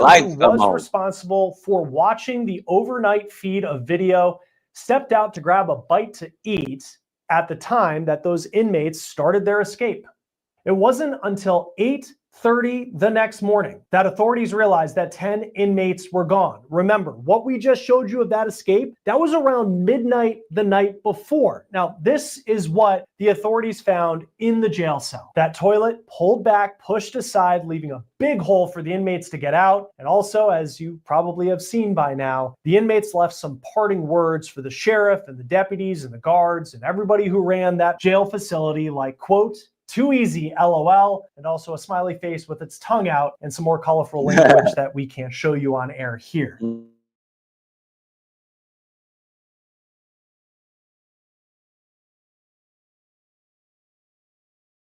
Public know that violent offenders were on the run. That has created a lot of anger in New Orleans, and a lot of people are criticizing the sheriff. The sheriff also said that they're investigating their own staff to see if these inmates got any help from the inside. The sheriff's also blaming defective locks for the break. Here's part of what she said in this video per Fox News. We're still gathering information. We are investigating our own to find out exactly what happened and where those lapses were. But there were supervisors on duty. There were lower level folks on duty, and they all had a job to do. The authorities also say the inmates used blankets to get over the barbed wire on the outside fencing. Of the inmates that are left, 4 of them are charged with second-degree murder. Corey Boyd, Lenton Van Buren, Jermaine Donald, and Derek Groves. Groves killed 2 people on Mardi Gras in 2018. He also shot 2 others. He was convicted of that crime last year, and he was awaiting sentencing, which is why he was at the jail and not in a whole bunch of people getting in trouble facility. for this WWL TV reports that the families of his victims, they've gone into hiding, and they also say the authorities never contacted them about him escaping. Lenton Van Buren is another one of the murder suspects at large. He was arrested in 2021 for a murder. He's pleaded not guilty. Jermaine Donnell is accused of second-degree murder. And Corey Boyd is charged with second-degree murder for allegedly shooting a man who tried to stop a car burglary, according to NOLA.com, in 2024. Not only are murder victims' families going into hiding, but also the local district attorney in New Orleans told local media that he has staff members leaving town with their families because some of the people who escaped are people who they prosecute. There is plenty of blame. Did he say he in jail for trying to unalive a cat burglar? See what I'm saying? Y'all heard that. Y'all heard that. Yeah. And then he said it so fast. He went to more bad shit. Hold on. Maybe that like you know what I'm saying? You see how fast the news he skipped over that fast. One of them was in jail for unaliving somebody who was trying to break in his house or something. This is what I tell you about Texas. Somebody can break in your shit. Go ahead. Go. When in Texas, you could be in the right because of your skin color. You in the wrong like a motherfucker. You get what I'm saying? That's my case, man. My baby mama came over here violating me. I pulled out a pistol because I know my baby mama. We get into it. We get into arguments. I called police, did everything. I called police and went to jail because I had a gun. You know what I'm saying? At my house, but I had to sit down there. That's why y'all ain't been seeing me. I had to sit down there 2 months, 2 months to 3 months fighting the case, bro, just to get it dismissed. Know what I'm saying? Just to get it dismissed, bro. But I had a warrant, so I couldn't bear a lot. I had a warrant, so I couldn't bear a lot. But you know what I'm saying? It's like, my nigga, that man went to jail for protecting that. Okay, so Louisiana, I'm gonna tell you though. The state of Texas laws are a little bit lenient than like Louisiana. Your ass going to jail. I'm gonna tell you, he the nigga that orchestrated that breakout. I bet you he the mastermind. The nigga that went to jail for killing a nigga in his house because they tried to give him a bunch of time. That's who orchestrated that, bro. He tried. The rest of them niggas just jumped on the bandwagon. See, cause look, let me tell you something. Let me tell you how smart whoever that nigga is. He know he can get at least about 10 niggas to run because it's gonna be hard to catch 10 niggas, bro. That's what. It ain't never in a nigga them that you've been seen 10 black people break. When niggas break out of jail, the most it'd be probably 3 or 4, maybe 5. You know, bro, that was an inside job all the way. Let me tell you something, bro. Y'all talking to a real live Texas convict right here, my nigga. If that dorm door locked, see, they already knew. See, they go out talking about he went to go get something to eat. Boy, you part of it too, nigga. We know you part of this plan too, boy. How you gonna go? So you mean to tell me you left the inmates unattended? That's a big no-no in the state of Texas. Hey, but they said she was feeding though, and they was understaffed. You know what I'm saying? She was doing something, but still gonna get fired. No, bro, they understaffed in Harris County Jail, my nigga, right now. You better not leave that motherfucking part. We'll bring your food to you, nigga. You better not leave that goddamn part, nigga. You better not. They said that they said that they ain't even got a guard in the tower down there. Like, you know, the one that control the doors and shit. Yeah, like they going through it, fool. If you ain't got a guard to control the doors, that mean that lady got to unlock every door with the keys on her hip. Yeah, but see, it was something to that. Look where that door was located, because it was kind of in a duck off. No, let me tell you something. When you and that's why I say I got sidetracked. This is what I'm saying. My nigga, every door rolled back when population moving around like if it's 10 niggas, that means everybody saying open. So let me show y'all. You got a jail pod, which is a big old ass square. Plus inside that square, you got individual cells, probably 2 to 4 men in each cell, with a door on that bitch where they lock that bitch when you go into the bedroom, my nigga. So bam, just say I'm in my room, right? Okay, then I gotta go, which is my closet, into my cell. This is the whole jail. This would be the whole gym, my whole bedroom. But I gotta go in my closet at night inside the jail to go to bed. So your closet is your cell. So the one with the door locked on, that's the cell. They notice the cell to get up out this bitch, bro. Not just that. That's the cell that they do the dirty in. Probably that's the cell that they go get tatted in. That's the cell that they probably catch a phase in. That they go smoke the cigarettes in. Remember, it's always a blindside cell that's being used for, for anything. Type of shit in there, man. You know what I mean? One, I don't give anybody know if you a regular nigga just trying to chill and they put you in a back corner cell. Please get your ass up out there cell, my nigga. They don't know nothing about the back corner cells. Hey, niggas gonna be paying you to use that cell for all type of activities. They gonna be wanting you. Just put it like this. We gonna say the back corner cell is nothing but the trap. That's the trap of the cell. That's the trap of the cell, bro. Yep. You get 2 or 3 niggas in a corner anywhere in jail, it's some illegal activity about to go on. If not going on. Yeah, nobody. Hey, who is that? MA say nobody watching the cameras or nothing. That's what I'm saying. If it's nobody in that pod, who really it's a big cameraman over all the cameras. But nigga, he can't watch all them screens, nigga. We talking about the one that's in the pod that unlocked the doors. She watching everything. That's for this pod. Like, but nigga, that shit crazy. Them niggas gotta be, it must be 5 people in that goddamn jail, bro. I'm gonna tell you something. In Harris County jail, it's always this is why it don't make no sense.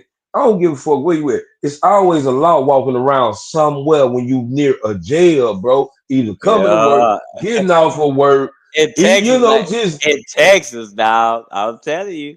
In Texas, I'm telling you, this nigga ain't never lying. Like, I don't see you ain't drilling on nothing in no Texas, in no county jails in Texas, dog. You just ain't doing that. You can break out that bitch, sneak out, slide out the door, or something, sneak in the laundry clothes or something. But dog, niggas not understanding what that steel is made out of, fool. That steel is made out of a different type of metal. Like, look it up. Y'all look it up. Nigga, for you to cut through that shit, boy, it's gonna be loud as fuck. I'm gonna put it. You went out. I don't care if you had deaf people in that motherfucker. You not gonna break out this steel. It's gonna be sparks every goddamn well. But you don't have sparks. There's gonna be sparks everywhere, nigga. You break out that bitch. That motherfucking iron so thick, my nigga, so man. Thick, bro, it's made out of a different type of metal, fool. It's made for that, dog. Like, exactly, you're not supposed to be able to do that. Like, nigga, that had to be some inside shit, man. Salute, J. Cole, because let me tell you something. It took an inside nigga, man, to know. You know how many niggas would escape if they knew if we moved this toilet back, bro? They had to cut that whole wall. Nigga, they cut a whole square, man. A square, even like straight line. See, the cuts was so straight. Like that meaning that they had something sharp as fuck. I'm gonna tell you the God honest truth. You not finna get through that brick in jail, nigga. That's what I'm saying. You not fuck them. So okay, just say it is a hole behind the toilet because you got plumbing. You ain't got no hole on the outside behind this toilet. That's brick wall. Man. Yeah, brick. This shit crazy, fool. And them niggas left a note to the laws, nigga. Fuck you. Rolo, what's happening? Hit the link, sucker. Hey, Rolo, see, hey, that nigga said, dog, they don't understand, nigga, the sparks gonna be flying from that shit, nigga. Like, nigga, we in this little bitty ass cell cut, nigga, it's gonna be so loud. Like, I don't give a fuck what type of solid drill you using, nigga. Nigga. If a nigga, y'all know what a tattoo gun sounds like. If a guard can hear a tattoo gun, nigga. If the guard can hear a tattoo gun tatting on the nigga, I'm talking about. You know, it's like one of them. No, my nigga, come on, them a tattoo gun not even louder than clippers, my nigga. It's not even louder than clippers, my nigga. And the guard hit that bitch from the booth, nigga. Over 100 niggas. Who got a tattoo gun? Who got motherfuckers? Man, come on, man. About some people doing some major work that you don't hear. Yeah, bro, like you don't hear the people doing like it sounds like maintenance is doing some major work because it's not you, nigga. I don't give a fuck what you put up on that door. Ain't nothing you can soundproof that for that fool. It can't cause jail echoes. We inside a big hollow place. Jail echoes. Man, them laws here niggas punching on each other. So what that tell you? Allow here a nigga punching on another nigga and go in there. I'm telling you, them hoes here good. Man. Them hoes here good, my nigga. And then too, let me tell you about jailhouse niggas. So you in jail with a bunch of suspicious looking niggas. So you gonna have when you got a nigga. This how Cody, Texas guards are trained. If you look suspicious, like you, cause niggas don't know how to do shit in jail. Some niggas don't know how to move without looking suspicious. You in jail looking all around for the guard. Why you gonna look for somebody that's looking at you? They see you, my nigga, so don't look at them. Just do what you gotta do. Dude, that's why a lot of cops stay out their way, bro. You doing too much. Like that shit they did right there, bro. Man, ain't no way. But I'm gonna tell you something, bro. But nigga, Texas would be the whole streets would be shut down. Man, right nigga, listen. When they go, man, you break out this bitch, nigga. Watch how them hoes come camaraderie, nigga. Nigga, they gonna come get that shit, nigga. Niggas don't get away with this bitch. Hey, look at you. Better not been a random nigga that asked that nigga what time it was 4 years ago. They pulling up on your bitch ass to see. You don't even know this nigga really. You just asked him what time it was one day. Yeah, them all gonna pull up on your bitch ass. Say, remember when you asked that nigga for what time it was and it was 2:30 on a Wednesday, March 29, 2009? Do you know where he at now? Hell no, I didn't know this nigga in real life. I just asked the nigga what time it was. They go get loose in Texas, my nigga. See, that's why I like Texas because we respect our laws. Like we know how to get out of line, but not too much out of line. Like when the laws, you know what I'm saying? These niggas go overboard. I'm explaining to y'all. When Katrina happened, them niggas from Louisiana, shout out to the boot.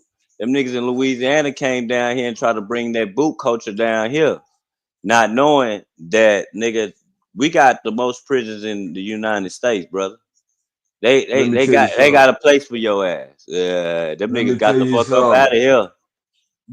I was finna speak on it. I was so proud of our police department. You goddamn right. Hey, look here, man. We don't do that crazy shit. We don't run. See, you gotta understand the laws at that time when Katrina was going on. Them was the racist laws from the grandparents that was racist laws and sons of the racist laws. So now, nigga, hey man, we'll shoot the shit out you, New Orleans. We don't give a fuck about y'all choppers. Man. We got these niggas. We got these niggas in line to bro. I would say this: if New Orleans talk that shit, but nigga, we ran a lot of you niggas off. We ran all you gangster niggas back to where y'all can do that gangster shit. We get gangster. But it ain't like that. Mr. Fig Jam say, man, I did time in Australia, and I tell you, G's, he said, we're over here scratching our head on how easy they got out. Definitely an inside job. How many are still on the run? 5. First of all, let me tell you something. It's more easy to break out of the penitentiary than any county jail, nigga. That is the hardest. You don't never hear about niggas escaping the county jail. Right, the county. They don't even make a movie about that. Like every nigga in a movie that escape from prison, bro. You can't. It's like, and the reason why it's like impossible. It's like very impossible, especially in this time. You might could do that shit back in the 80s or something, or back in the cowboy days, nigga. But today with this technology, you gotta see everything push button. Nigga, you gotta walk to the door and they'll open that bitch for you. Don't like.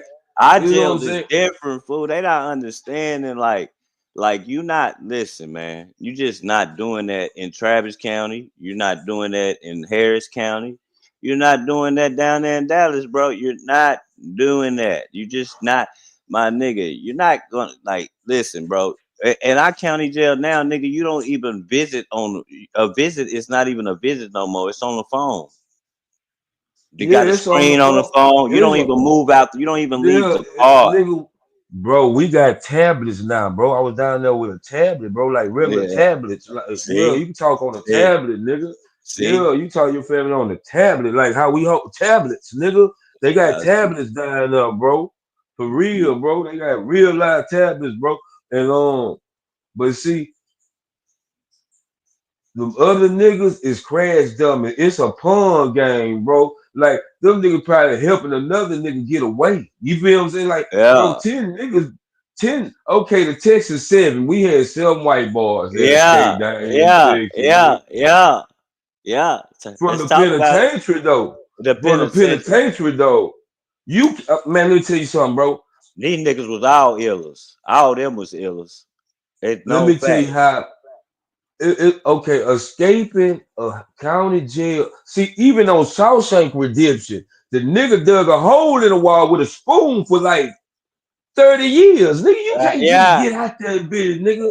Yeah, like, that's why I was saying, like, when you see them niggas be sawing through the bars and shit, man, that shit take years to do. Like it's not a real saw, but like some type of knife utensil or something. File. A file or something. File, yeah, that shit take years. Even Shawshank Redemption was a lie, but you ain't finna dig through that motherfucking wall with no. It was still though. I'm just saying though, the way he escaped that bitch, it still wasn't easy. Them niggas went right out the side wall, man. Miss me with that whole ass shit. Hey, that nigga say a little bit of spoons. Yeah, man. that ain't happening, y'all. I'm sorry, but that shit ain't happening, fool. Yeah. Like, it's just certain shit in Texas that they not gonna let us. Like, I'm telling y'all see these niggas with all them cell phones. My nigga, that shit is not in Texas, fool. I'm telling you, it's cell phones in that bitch. It's cell phones in that bitch. But the people who got the cell phones supposed to have them. These niggas top tier people in prison. Yeah, that I saw. Yeah, but I didn't just see anybody just got a cell phone because he got $1,000. I didn't see that, dog. Bro. Right now, you can go get you a flip phone, back of the gap flip phone for about $10. In jail, that bitch like $1,500. Nigga. You gotta be a baller to have a goddamn phone. That's what I said. The niggas who got the phone in prison, they supposed to have them. They either ballers or bosses or gang bosses, gang lords, nigga. Them niggas supposed to have them, bro. I didn't see regular niggas just have phones, bro. I just didn't, nigga. If you a regular, you could be. I'm talking about you could be a regular nigga, but you the friend of the nigga with the phone. He might let you use it because you his homeboy. He type shit, or he know you from the hood and be like you a good nigga. Cause like everybody can't use their phone, man. You ain't say my nigga. Everybody know he got a phone, and nobody bet not know he got a phone. You see what I'm saying? Like, bitch, you better not say nothing about me having a phone, nigga. And nothing, nigga. Listen, them niggas got phones just freelance, like in California. The who's who. Shout out to the who's man. Them the niggas on them niggas don't even come out to sell. Them niggas on their phone. Them niggas sit to sell. Them niggas smoke more weed than me and Monkey, man. You know what I'm saying? I'm like, man, them niggas don't even come out to sell. They go live all day and they getting paid for the shit. Imagine you sitting in a cell with 2 life sentences, in 200 and some years, and for gang enhancements, and you getting paid for lives. What we doing right now? That shit's crazy, man. In the state of Texas, you got a case like that, but you can't even talk to yourself without a nigga right there watching. Listen, dog.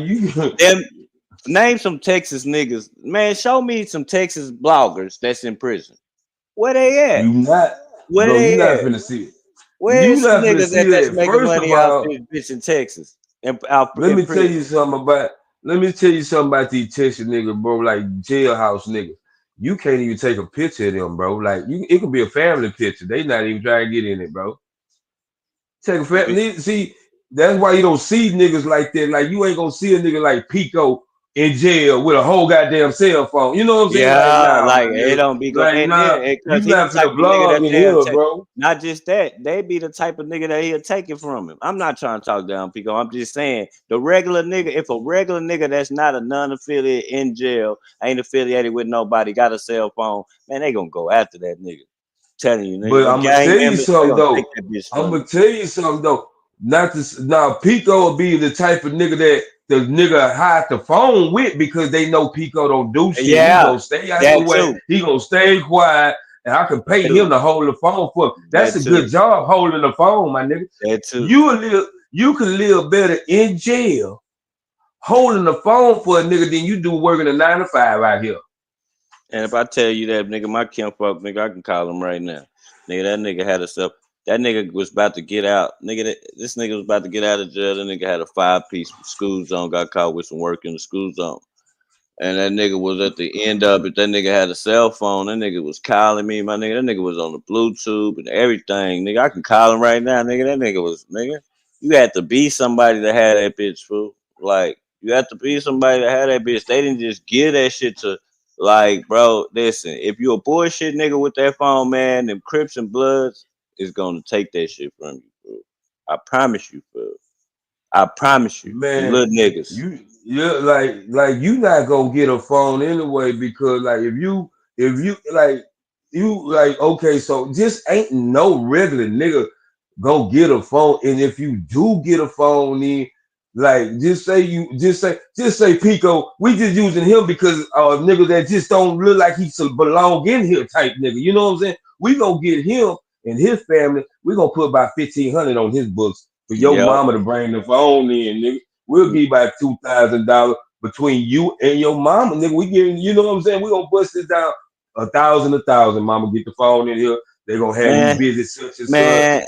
Man, I used to put money on I used to have a celly that was a smoker. I used to put money on that nigga books, nigga. Make that nigga go shopping so we'll have extra food in this bitch, nigga. Yeah. You know what I'm saying? Sell looking good. I'm gonna feed my rules of engagement. If your celly ain't no bullshit, nigga, you treat him like your brother, man. You know what I'm saying?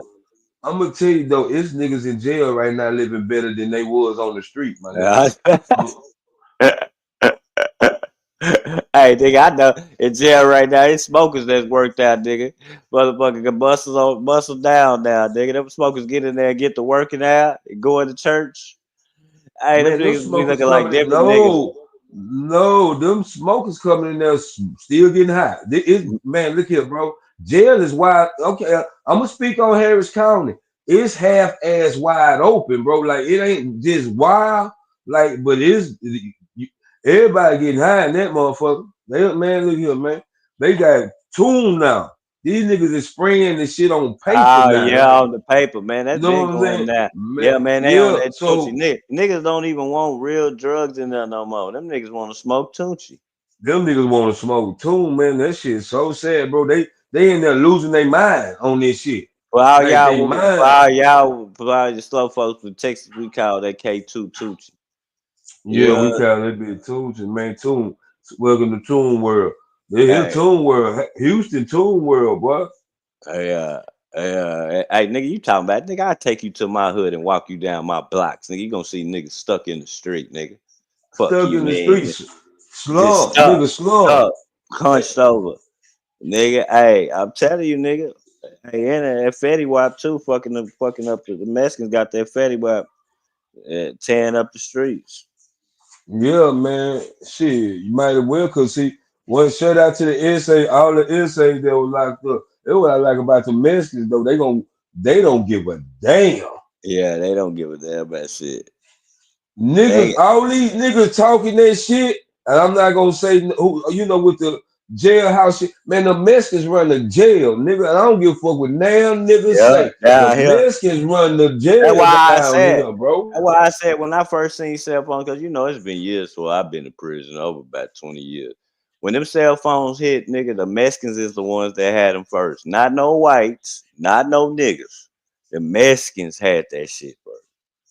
Like motherfucking Tongo.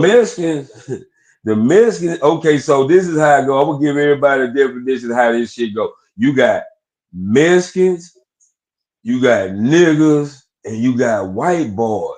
And whatever other race in between that, y'all just fall somewhere. So the essays are like North Korea, and they got all the dope and everything. Like, you don't want these niggas to blow up. Everybody know the Mexicans got shanks. Everybody know this. Why niggas? But see, niggas are so loud and do stupid shit. We can't keep a shank or nigga. You know what I'm saying? We'll tell the nigga got a shank. The Mexicans go, bro. Let me tell you something. When it's time to ride, when them say you gotta give them what they want, or they gonna tell you, they gonna tell you like this: either we gonna handle it or you gonna handle it. Yep. One thing about the Mexicans, if they people fuck up, he dead. He beat the fuck up or dead. You know what I'm saying? And we no longer fuck with you. You as an outcast, nigga. Like, you can't even come back in this circle, bro. Like, that's how the Mexicans do it. They very structured. Niggas ain't structured. Yeah. We blood, crib, GD, BD, clicks over here, still fighting in the deal. How the Mexicans are together. The white boys are together because it ain't that many of them, but they still against each other because you got the wood pile and then you got the other little area, bro. See, the wood pile is like the peace game. Like, they white boys, but they don't want to be in the other races' games though. But they in the mix. So at the end of the day, the Muslims is the way out for the niggas. That's the only way you're gonna get out, like, to make it Christian and a Muslim. With the essays, you in there. You part of this. We don't give a fuck if you not. You a part of this. That's how the Mexicans run it. They gonna take care of their people, bro. Soon as the Mexican come through the door, they finna feed this nigga, man. He gonna have about 4, 5 some wham, zoom, be able wham, to wham. smoke when he want to smoke. Be able to talk on the phone when you want to talk on the phone. That's why it regular. Look, listen, man. I done seen Mexican get 3 DWIs and get like a 5-year sentence. He ain't never been a part of no gang shit or nothing. If y'all see this nigga came in here with nothing on his skin, nigga. I watched this nigga change, nigga. This nigga changed. And people came to him, and that nigga got down. Nigga did a whole 360 spin. That nigga came out there, bitch, whole body tatted up. All on his face. Nigga got stars all over it. Listen, man, I seen it. Nigga went to jail for DWIs, not even no motherfucking crime, no drugs or nothing. Nigga, 3 DWIs, couldn't stop drinking. Transformed to a tongue to a star blasting. I seen it blasting, man. Yeah, nah, and he gonna be the man. Cause you ain't gonna have no help. You ain't gonna have no help in them Mexicans. Listen, when them Mexicans go to treating you like you ain't Spanish, cause you ain't down with them, cause you say you don't want to be down, that's when shit gonna start happening to you. Yeah, but it's like the Illuminati with the Mexicans and that bitch. You down? It's either you down or you got to move around. You got to move around. You can't even be by us. Like, because it's like, if you're not gonna be a part of this, we don't need. Because you gonna if you ain't a part of this. Now you got some niggas that's gonna see how you rock though. Like, oh, okay, school know what we doing, but he ain't talking to us or the laws. Like, you got them type of niggas in there too. Explain to them niggas that you can't even figure out who their leader is. They have speakers. A speaker and a leader is 2 different things. Man, Mexicans gonna have a Mexican. The Mexicans gonna have about 40 niggas that can speak for them. Yeah. Like, that's what the I'm little saying. nigga, the little nigga. Say you the little nigga, but you know the niggas, like, and I'm black, right? So say I want to get the cigarette. This is as far as you can go in the jail. Wherever they say stop right here, I'll be right back. That's it. You can't make it. Like, niggas, if you fucking with the people, you got that money. Like, if you black and you fucking with the Mexicans, like drinking coffee, sitting down at the table, you got money. It ain't gonna happen in the feds though. That shit ain't gonna happen. You can't sit down. You can't sit down with feds is different. You can't sit at their seat. You can't watch their TV. You can't do what they do. The feds and the feds in the state. I'm talking. I know what you're saying, because everybody got cars. Like I'm talking about, but in Texas State Penitentiary, like, if you fucking with the Mexicans, bro, and you really fucking with the Mexicans, cool with them, bro, you a good nigga, bro. Like if the Mexicans are ready to kill for this nigga, it's some real live money going on, and y'all better not fuck it up, and you better not have a problem. Cause see, this is the thing. You see, we ain't with all that taking booty shit down here. Man, we got niggas fucking hoes in the penitentiary. Hey, they don't understand that. Yeah, nigga, ain't nobody taking no ass. It's about money in this motherfucking penitentiary, bro. They about getting money. All that crash dummy shit, OG person them talking about all that squabbling and shit, man. Them niggas will kill you in that bitch if you get the squabbling on that road, my nigga. Look what that nigga said. Look what that nigga said. That nigga said, just chill, guy, and hang with your people, and don't let anyone take your shit. That's all you got to do. That's all you got to do. And mind your business. Mind your business. Cause it's a one thing everybody know, when there's something gonna jump off and you ain't about that shit, they're gonna be like, hey man, you may not want to come to the rec yard today. Don't even come out. Don't come out today, homie. Don't come out if you ain't gonna show up and pull up. Yeah, because if you don't show up and pull up, man, say if you get out there and don't show up and pull up, you'll be dead out there on that rec yard, or stab the fuck up, or stab. Man, let me tell you something, man. These Mexicans will make a shank out of anything. Them niggas dangerous, bro. Man, them Mexicans, I seen the shank made out of chicken bone, nigga. Hey, shout out to Stone C, man. Shout out to the man. table, Shout out to my nigga Stone C, man. I fuck with Stone C, man. Me too. Hey, my bad, Stone C, bro. I got you got to give me your right now, cause I ain't working with a phone, but I'm finna get my phone turned on. But I gotta send you the link through the Facebook or something when I go live. But I'm gonna start back using StreamYard though, cause YouTube just let you do like one nigga, you know what I'm saying? One person, you know what I'm saying? But which is cool, but that's more of an interview type thing with me, to me type shit. But anyway, that's a whole nother story. But I'm gonna tell you something. Now, with the niggas right now, I'm gonna tell you something, bro. Nigga, Crips and Bloods getting money together. Nigga, everybody getting money, but you can't be no hot nigga, bro. Like it's about the money in jail, bro. That's all it's about. Niggas, how you think they get them cell phones? Because them laws ain't get. Man, listen, a bitch can't out the free world. Your bitch can't bring you no cell phone in no jail, bro. I don't give a fuck what you say. Not in Texas, man. That shit coming because the laws. You're gonna have to shit out a few thousand, maybe 2-3 grand, and the law gonna give it to the law.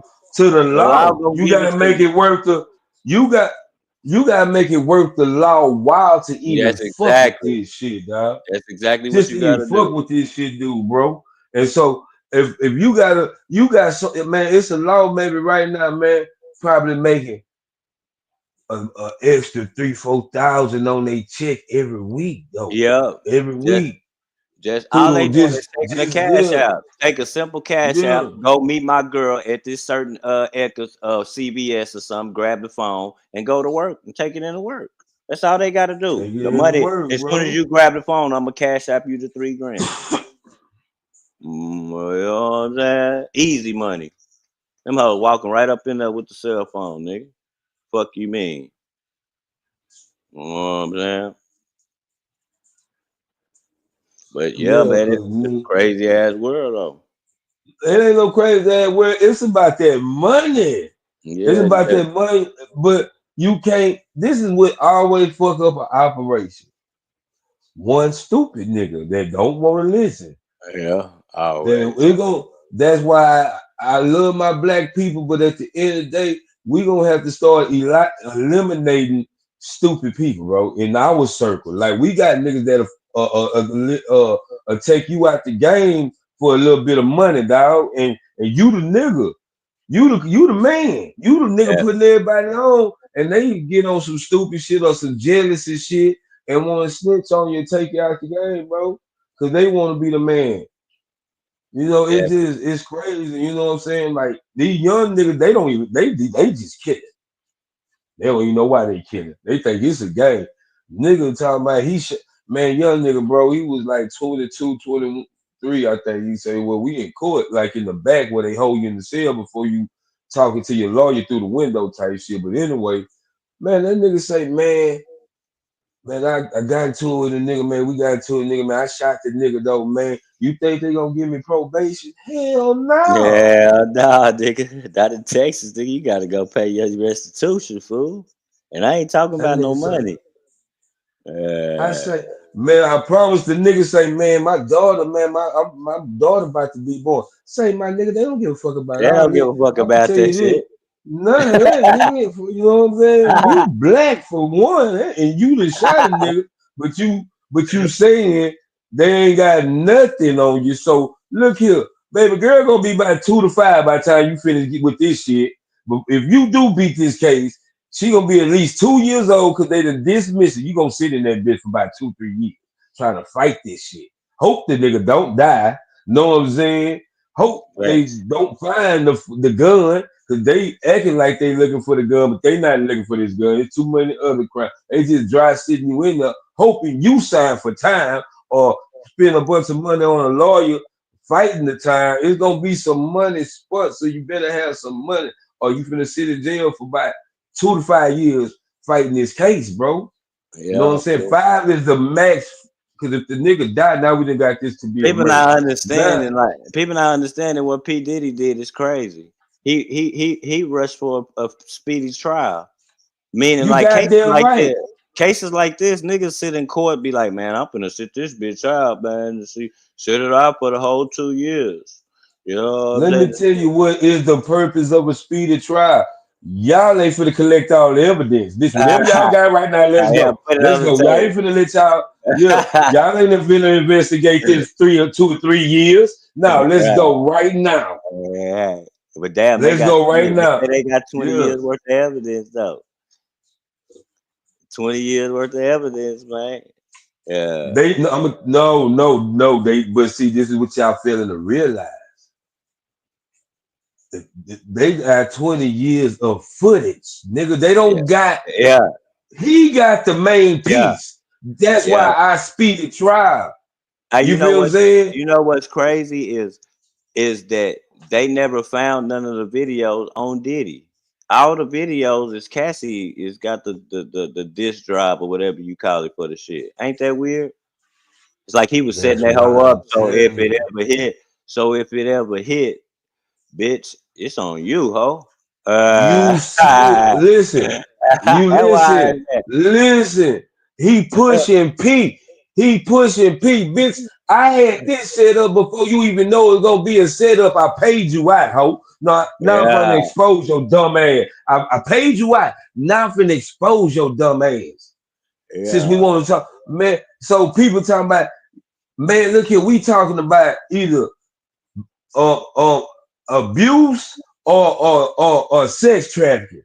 You see what I'm saying? Which one is we talking about? Because we can't put the abuse on the sex trafficking case because it's sex trafficking, it's abuse.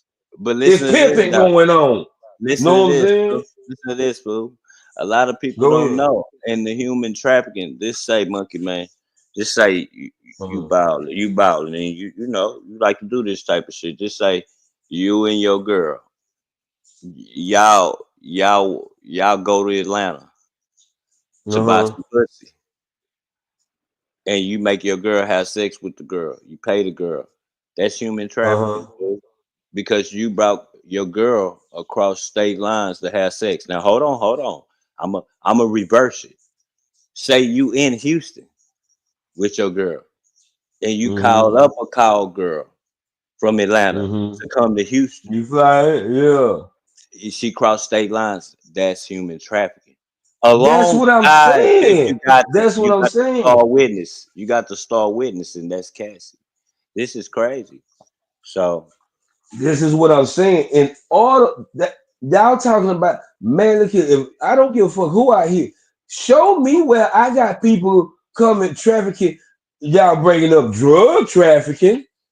Where's the sex trafficking? Y'all bringing up abuse. Y'all ain't bringing up the sex trafficking, bro. Sex trafficking. Reason why I keep saying they pushing P. That's all pimping is, because I gotta get my home. But these are like the plugs to the hoes. A sex trafficker is the plug to the hoes, my nigga. Like this is like, hey man, can you give me a bitch? Okay, I'm gonna put it in later. Go ahead.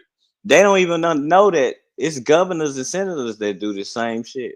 They go to these meetings in other cities and they call up call girls. They call certain people. It's somebody who has hoes for these important people. Yeah.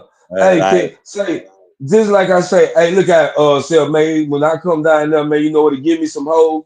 And Self-Made say, yeah, that's sex trafficking right there. That's it. Because he already getting it prepared, bro, for me. Because I don't have the plug to the hoes. I don't have no. You got a plug to where hoes sell pussy. That's pushing P. That's pushing P. That's pimping, nigga. That can make it. That's all P did it was. P Diddy was a pimp, bro. Like he knew if y'all saying he's a sex trafficker, that means he got the hoe. He or the niggas, whatever, because they say he go in both ways. He pimping both ways. Penitentiary pimping. He penitentiary pimping. He penitentiary pimping. We pimping, nigga. Man, do y'all know this nigga down there pay the fucking nigga, dog?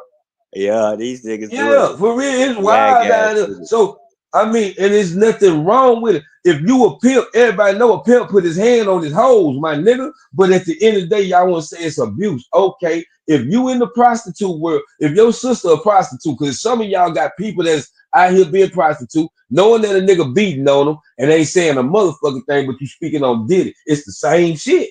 It's the same shit.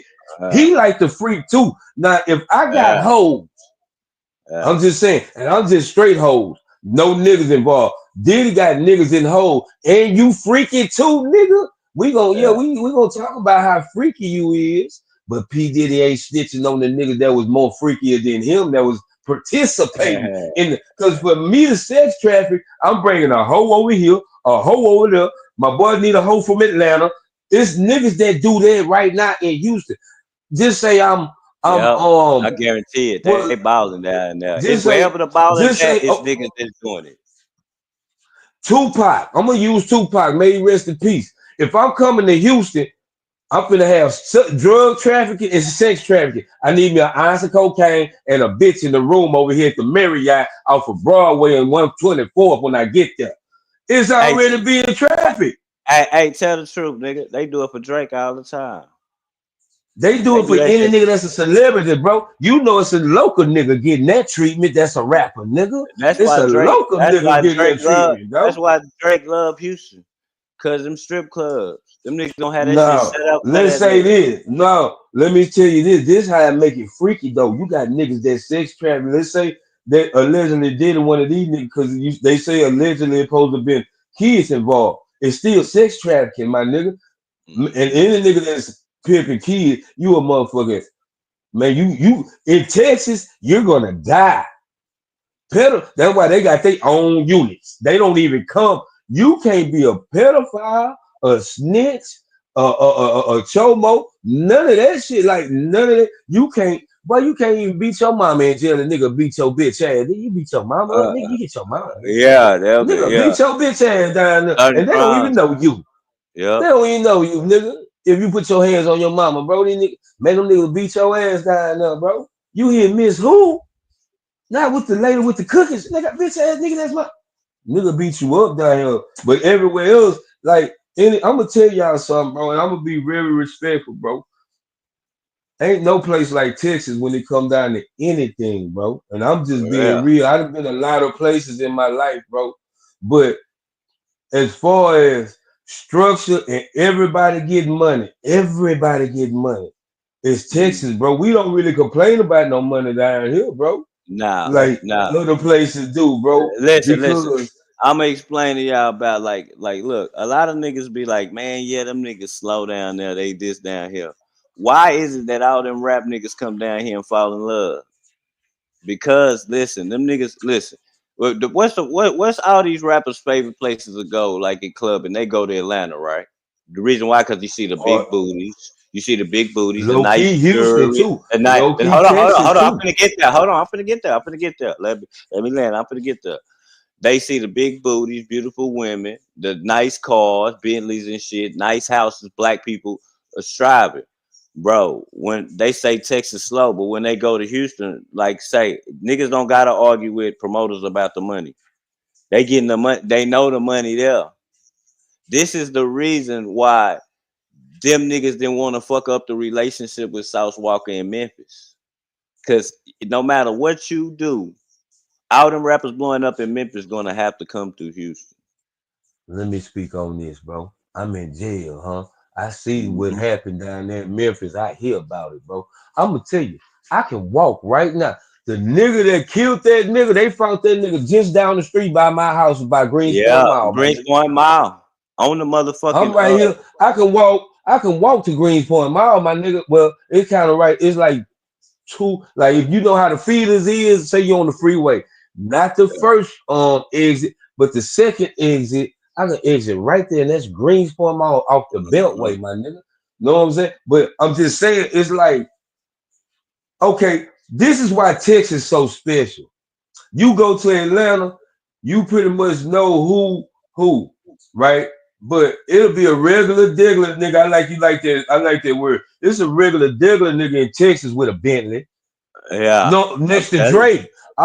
All them niggas that y'all don't know around the niggas is the niggas with the real money. Yeah. When you in the video, see the niggas with the money ain't really in the video. They just got a glimpse shot of the nigga. He down in the cell phone on the video. He's not even really in the video. Like he in the video, but he doing plays, my nigga. I'm just doing it for my homeboy because I'm back in the money. I got to funnel the money some type of way. You feel what I'm saying? Like it's behind the scenes shit. Like, okay, I'm gonna use Future for example, nigga. But it's a nigga behind Future with all the money. Like who, like that nigga down there in Memphis that fuck with Young Dog. I can't think of the nigga name, but the other nigga though that in one of them videos, he was sitting in the car. You know what I'm saying? I'm gonna use Slim for example. Slim and Baby. You don't never see Slim. Slim got the money. Yeah, Slim got the money, man. Yeah, but that come from being in the streets though. The way Slim and Baby handle shit is the way they handle shit in the street. Listen, Gangsta Williams is Baby blood brother. He won't fuck with him because he ratted. It's certain ties you got to keep in the streets, man. And this nigga won't fuck with his own blood brother because of the shit that he did. Period. He don't want to talk to him. He don't want to speak to him. He don't want to say, now this your blood brother, bro. See, but you gotta understand, listen to them stories about Birdman back, nigga. I done heard stories, nigga, them niggas riding around with chickens in the car, nigga. I'm talking about Bird, nigga. You gotta understand, that's no more than Big Meats and that's no more than BMF of Louisiana though. Yeah, that's all it is. That's all it is, fool. But I ain't gonna even say that they was the biggest in the streets. It was bigger Louisiana niggas. You know what I'm saying? They just was out. They was some money getting ass niggas. No, they was in the crack era when it was booming. Or whatever they drug of choice that was boom. I think they do that hair run everything down there. So like it's booming. But this is what I'm saying. Back in them days, you could be a stone for stone nigga, and in 2 months you'll be a brick nigga, and then after that you at Hefe House, nigga. Like that was them type of day. Like you had niggas in Houston, like Birdman, nigga. You got legends in Houston, nigga. These niggas 15, 16 back in the 80s, early 90s, nigga, driving Bentleys, driving BMWs to school, nigga. Dope boys, nigga. Driving BMW, they broke that bitch. Nigga. I had a homeboy, nigga. We was in junior high, nigga. I think I was in the 6th grade. He was in the 8th. That nigga had a candy red Impala, nigga. 30s and Vogues on that bitch. That nigga used to have to park that bitch around the corner. Them niggas was selling dope way then. Them niggas were balling. Nigga, I'm talking about junior high, nigga. I was if I was in junior high, bro. I was like 13 or something, 12. This nigga had to be like 15. Bro. It was money like this. So, you know, and that's what y'all gotta understand, bro. Like y'all to have money, you gotta be a savage, my nigga. But you gotta have your savage in how you want it. Like you can be a savage and fuck over people like these niggas doing, and you'll be looking like Diddy in about 30 years, or you could be a nigga with money and just help the niggas that need to be helped. Only a nigga calling you a hoe ass nigga is a nigga that you had to cut off because he wouldn't get no money. You know what I'm saying? Like one thing about it, you gotta know how to put the money in the right person's hands so they can get an opportunity, not something to hold over their head. You feel what I'm saying? Hey, yeah, I'm right. Say, Monkey Man, hold it down real fast. Monkey Man, hold it down real fast. I gotta use the restroom. Go ahead, stop your shit. Say, like, if you a regular nigga and I'm the man, bro, but I see you moving right in the street, bro, I'm not gonna bring you in to fuck over you. You feel what I'm saying? You got some nigga that try to bait you in to fuck over just to use you, bro. But it's business though. It's according to your mindset of what you want to do in these streets. You can either be a part of it or not be a part of it. You know what I'm saying? But you got niggas like Diddy or whoever. See, I keep telling y'all, this is the difference. And I hate to say this, women, y'all putting y'all emotions into the abuse because some of y'all have been abused though. So you gotta understand, y'all getting abused by broke niggas with dreams. These females getting abused by niggas with money that can give opportunities. It's a different ball game. It's according to you if you want to go through all the tricks and hula hoops to get to that money. And now I'm talking about all the Diddy parties, that's tricks and hula hoops, whatever it takes to get to the to sign on a record deal. You feel what I'm saying? Like I gotta do all this for a record deal, bro. So women put themselves in their shoes. I'm talking about regular women, like my boy say, regular women, bro. Y'all cannot put y'all mindset in Cassie mind state. First of all, Cassie got some millions out this shit before she even got to this trial. If y'all ain't got a dime out of these niggas that done abused y'all, bro. We done sometimes lost people behind abusive niggas with no money, or they got a little money and still, it's just like I'm saying, some of y'all just looking at it like it's regular everyday abuse. Now they getting paid. They getting paid too. It's just now when the money, I cut you off from the money, now you want to bring up all my old little freaky secrets, all my stuff that's in the closet, really, bro. You know what I'm saying? That's what is all that's going on. If she was a real abuse victim, she would have been came out, didn't get no money. I don't want no money, nigga. I'm telling the world I die behind it. If a nigga abused you, we can see him make up a lot of excuses of why she didn't or why it took her so long. Now, bro, it's all about money, my nigga. The money got cut off. That's all it's about. The money got cut off, man. Ain't nothing else. Ain't no freak offs. None of that. The money got cut off. Cassie got broke. You know what I'm saying? Behind the debt. Bitch, I gave you. Now you sitting on the stand. You supposed to say, man, she could have did just like this. She could have said, I don't want to be a part of this after she got paid. I don't want to be a part of this. If y'all want to take him down, take him down, but I don't want to be a part of it. Me and Diddy done with. You see what I'm saying? It's all money. Diddy loving it because Diddy was smart. Y'all could talk about this nigga, and if he walk, ain't nobody gonna touch him. Ain't nobody gonna touch him. And the money finna be right back to going. He ain't gonna fall off. Nobody gonna fall off, bro. Diddy has got everybody blackmailed. They don't have the real life. See, you got y'all talking about abuse, this, that, and all that.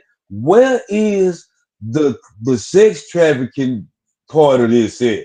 Let's stop looking at the abuse. That's why when you got good lawyers, man, we ain't trying to hear all this bullshit. Where's the sex trafficking? Because, bitch, we got texts of you saying you like the freak out. You can't, how somebody gonna make you write that on a text message? Ain't nobody never forced me to write a text message unless I was asking them or they were asking me to send a text somewhere to somebody, but it ain't about I enjoyed the freak out. Like, and all this, I'm looking at this, see, that's what I'm saying, but he drugged her in the highway. That bitch was full of drugs in the hallway before he even drugged her. That hoe was full of drugs, man. Ain't no telling what was going on. That's what I'm saying. Y'all just looking at what happened. Y'all don't know the situation. Y'all don't be knowing the situation, man. Yeah, I feel my bad, homie. Yeah, you here? I'm back. I feel like she should be down too, cause she was calling up people too. Like, you coming to the party? Like, bitch, how the fuck you going? Like, nah, nigga. Fool. That's what's killing that nigga.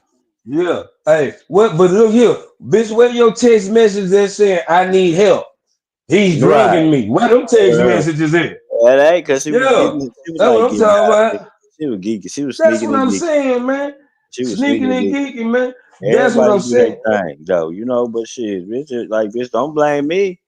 How the fuck? Because I'm gonna tell you something. Let me tell you how this court system shit work. Now it's look like, is it worth P. Diddy going to jail? Because we can probably make more money if he stay out after this. Everybody will get paid. I'm gonna ask you this: do you remember this though? Do you remember that Cassie cutting half her hair off? You don't remember that they saying Diddy made her cut her hair? You remember that shit? That bitch was looking crazy. She cut half her motherfucking hair off. First of all, Cassie, I don't even know none of your music, baby girl. And second of all, you gonna do whatever I say because I got the money. Money, yeah, for real. Never for real. You can't make a bitch cut her, a real black woman, and you a broke nigga. You can't make her cut her hair. Yeah, nah, I think he shaved it off his goddamn self, man. That nigga Diddy sinister, man. Man, I'm gonna tell you something, dog. He snatched the bitch hair out. You see, he drug the bitch by her hair. Yeah. Let's look at this. Let's look at this. Let's look at this. This ain't what nobody looking at. See, why? Oh, I'm glad you said it. Now let's look at this. When did she get the hair cut out? Now in the hallway, right? He grabbed her by the what? Hair. When did the haircut come? When the haircut come? I don't know. See what I'm saying? We'll do the half a head on the side I grabbed on. Look at where the half side is. It's on the. If I'm looking at the picture right, where he grabbed it, it looked like it started dragging her from, which is on her alleged right side. So her left side up. If her hair gone on that side, he snatched the whole hair, man. And we gonna. He made this shit up about the white girl. He see who is the bitch he seen in the club that had half a hair on her head. Hey, that nigga there, because look, she started when all the girls started cutting all their hair off like that. She started that shit. Remember, that was the time where after she did it. Remember, Beyonce's sister Solange did it. Yeah, all of them started doing that shit. You know why? Because you know why? That was probably some Illuminati shit because they knew that Cassie got drugged. They took that from Cassie because she got drugged, bitch. That's the abusive. That was the abusive wife hairstyle. All them hoes that had that hairstyle had got beat. But hold on. We're gonna speak of Solange. Didn't she and Jay-Z get into it, right? Did she try to squabble Jay-Z or something? Yeah, because I'm gonna tell you something. Let me tell you something, bro. And I hate to say this, but them niggas from New York put their hands on their hoes, my nigga. Not all of them, but that's what they do. That's what they do. They'll slap the shit. Bitch, shut up. They'll do that. They'll do that. Like, hey, they might. Hey, you can't do this in the state of Texas and not go to jail. You can't do, bitch. Shut, bitch. You better not. You better not do this. You better say, bitch. You better not. You better have your hands on your side, bitch. You better not. And you better be ready to fight. I gotta roll up because Bucky man over here, man. They be rolling. Yeah, you know I'm having a nigga laughing, but that's really for real though. Nigga, man, them niggas in New York will put their hands on their hoe, and I know what that was about. Bitch, you hit my sister, bitch. You hit my sister. This bitch out here full of them drugs at the game like this.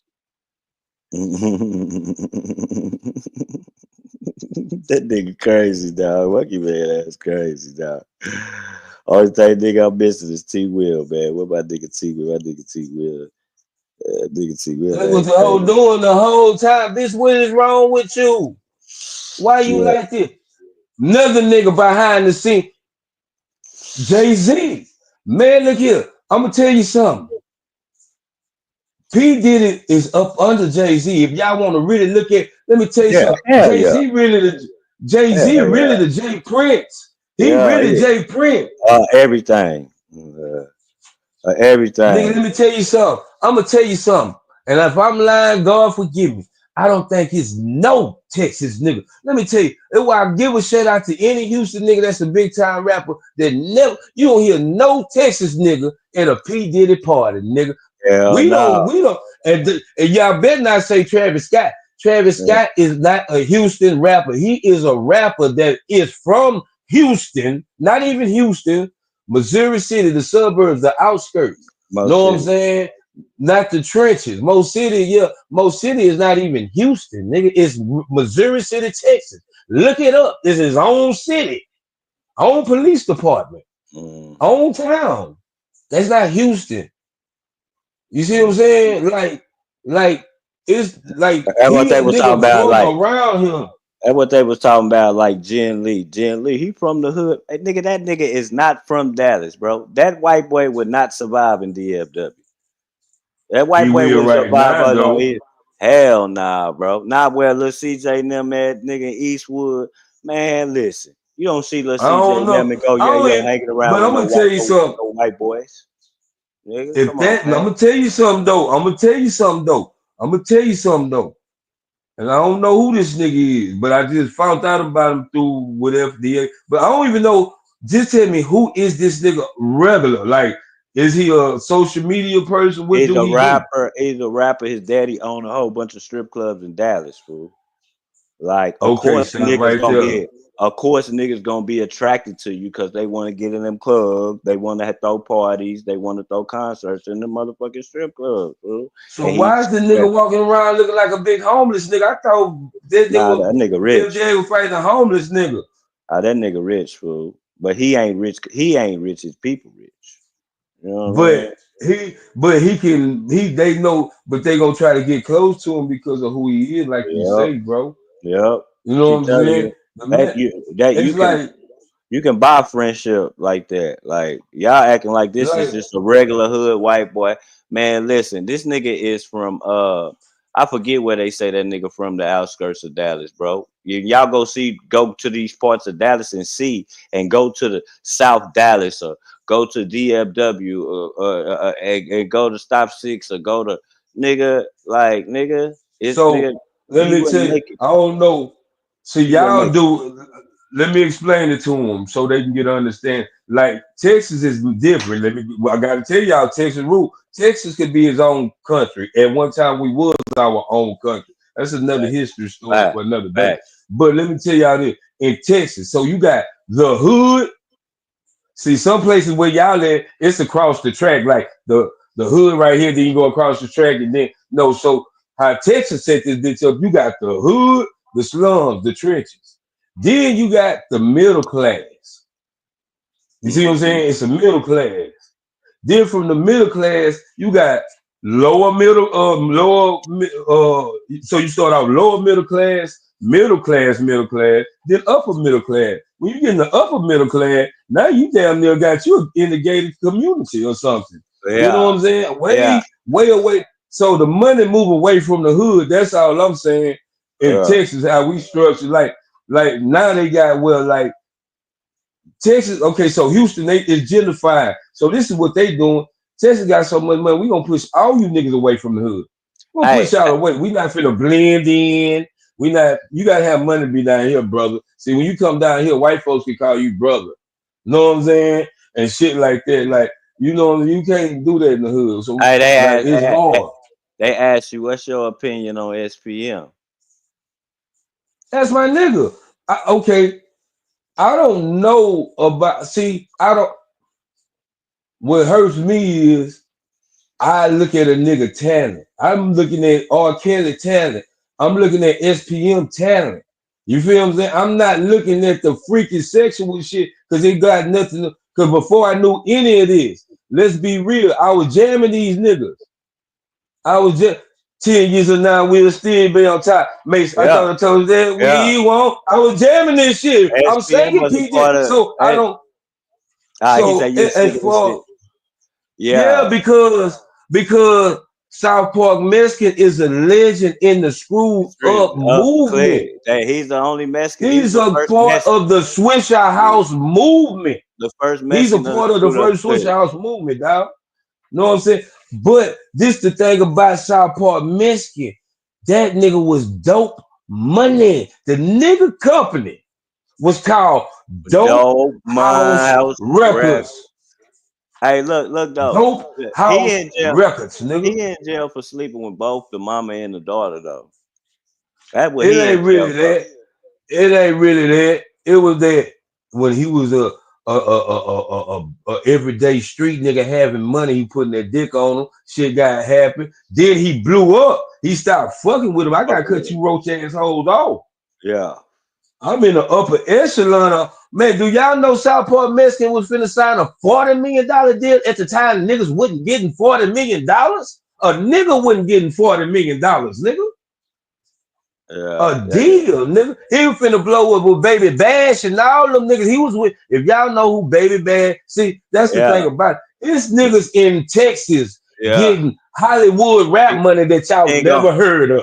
Like he never heard of these niggas, bro. It wasn't no Chingo Blings when SPM was around. Well, nobody gonna make no money. He was gonna make all the money for the Mexicans. That nigga SPM was the Scarface of the Mexicans, my nigga.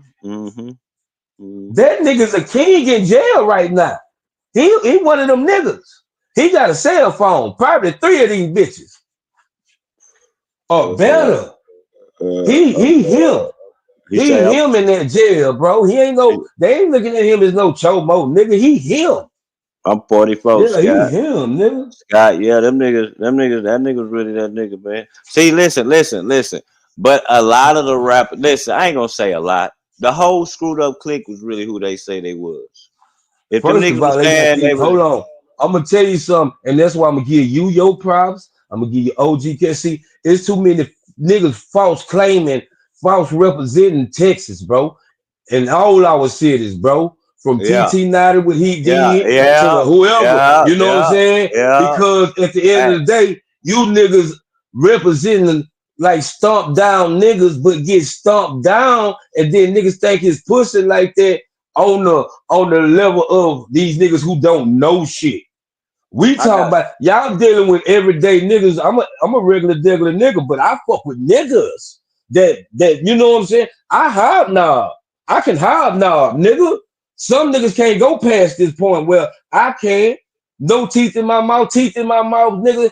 Funky, whatever, my niggas gonna fuck with me. Nigga, when I was homeless out there doing my thing, my niggas still looked out for me, my nigga. So, like, I'm a good nigga. You got good niggas that could cross that threshold to the niggas with the money, because they know what type of nigga you is. They'll bring you around niggas with the money. Like, I done roll with J-Dawg. I done roll with Herb Man, Trinidad and Cartel. Look these niggas up. I know niggas that's rappers and all. It's nothing to be a rapper. I'm gonna tell you, most niggas that's rappers don't want to be rappers, bro. They don't want to be rappers, bro. They in the streets, nigga. Slim Thug, Scarface, Sauce Walker, so all the sauces, you can meet all the sauces. I don't give a fuck about no rap. They in the streets, my nigga. He could have been had a deal. That nigga don't want no motherfucker. These niggas getting rap dope money, and I'm gonna leave it alone, but that's really what it is, bro. These niggas getting rap dope money, nigga. Nigga don't give a fuck about rapping. These niggas killer trafficking. Yeah, we killer traffic down here, bro. What that is, you call me in Milwaukee and say, hey man, you know a nigga that could kill me, a nigga down here in Milwaukee. Hell yeah, I got my boy. I send him that way. Yeah, we got killer trafficking down here, nigga, in Texas, nigga. For the right price, man. For the right price, what you want. I got a nigga for whatever you want for any price. If this level, you want a nigga dead, I got a nigga that'll kill her for $1,500. But let me explain. It's gonna be a trail down there to the nigga. But I'm just saying, or you can spend your 10, 15,000 and get you a professional nigga that I'm gonna give 5,000 to kill the nigga. We gonna get away with it. Make sure we get away with it. See, that's how it go. If you want to talk about mob shit, bro. Yeah. P Diddy the threat everybody. That's why I say straight out to any Texas nigga. We ain't never been to a P Diddy party. We don't even fuck with them niggas because Pop told us not to. Yeah. We fuck with Biggie though. We fuck with Biggie. We fuck with Biggie, Junior Mafia, and them. We don't fuck with Diddy and them. We don't jam Jay-Z, nigga. Pimp don't fuck with Jay-Z. We don't fuck with Jay-Z. But we fuck with Jay-Z, but we don't fuck. Okay, it's like I fuck with you, but nigga, I don't fuck with you. Like, you know, he rap. We like his music, but we ain't banging that. We not playing that. We not riding around jamming that, bro. So how is he the top nigga? Hey, we still jamming. Go ahead. Hey, speaking of TTE Dottie, I want to show you something, fool. Show you something real fast. Look at this. Go ahead. Look at this shit. Hold on, let me pull it up real fast. Yo, cause I want to go get some coffee anyway, man. Shout out to the coffee drinkers, man. Yeah, I need to make me some too, though. Look at this. And I got me a mini joint rolled up. Me too. I spoke one roll me one right there. Look at this shit right here, fool. Let me get it. Let me cue this shit up. This nigga from my city. This big badass nigga, man. Like, watch this, fool. Hold on.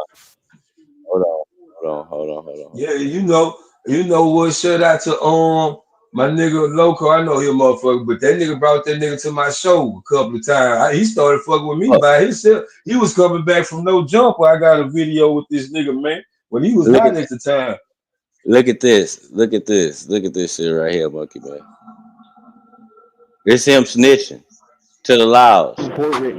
He gonna follow the Laos home. The Laos told that nigga to follow us to the police station. They want to let you know what's going on. It was a report written, okay, about an ag robbery, okay, where your name came up. So I spoke with detectives, and they want to speak with you. You're not going to be arrested, okay? So I want to see if you'll follow me down in your vehicle to the APD main, okay, and that way you'll have your vehicle and you can drive home. Yes, sir. All right? You willing to do that? Yes, sir. Okay. Okay, so you give me verbal consent to go ahead and search the vehicle? Yes, sir. Okay.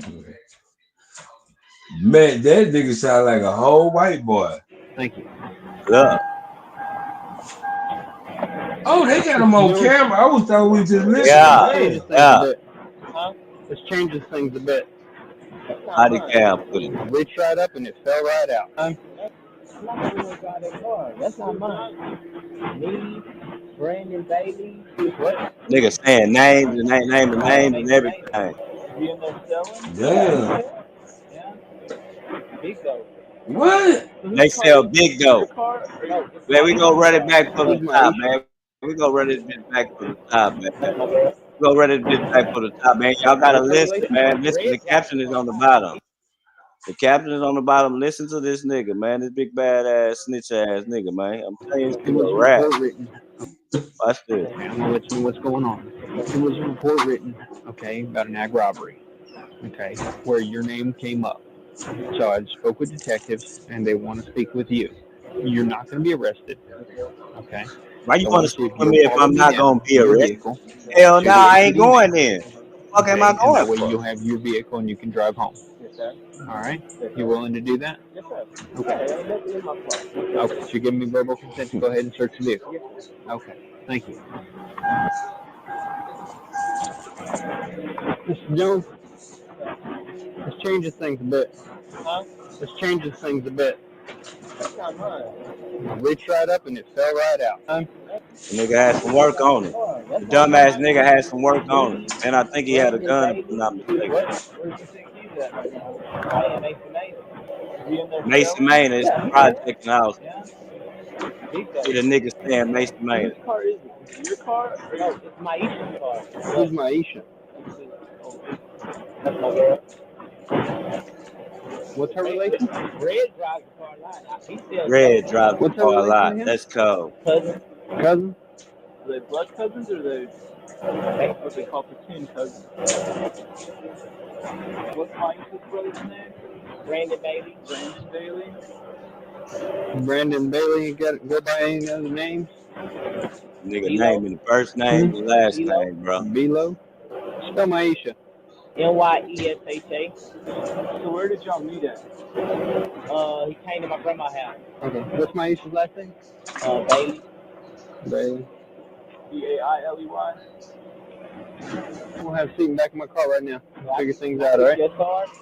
I need information for you, anything. Listen to that nigga. Because I got information for you, anything. You say you want to cooperate on things? I'm going to give you the chance. I'm going to let you talk to somebody. Look. All right? I'm talking to Detective, the one I told you we were going to take to. You want to go home?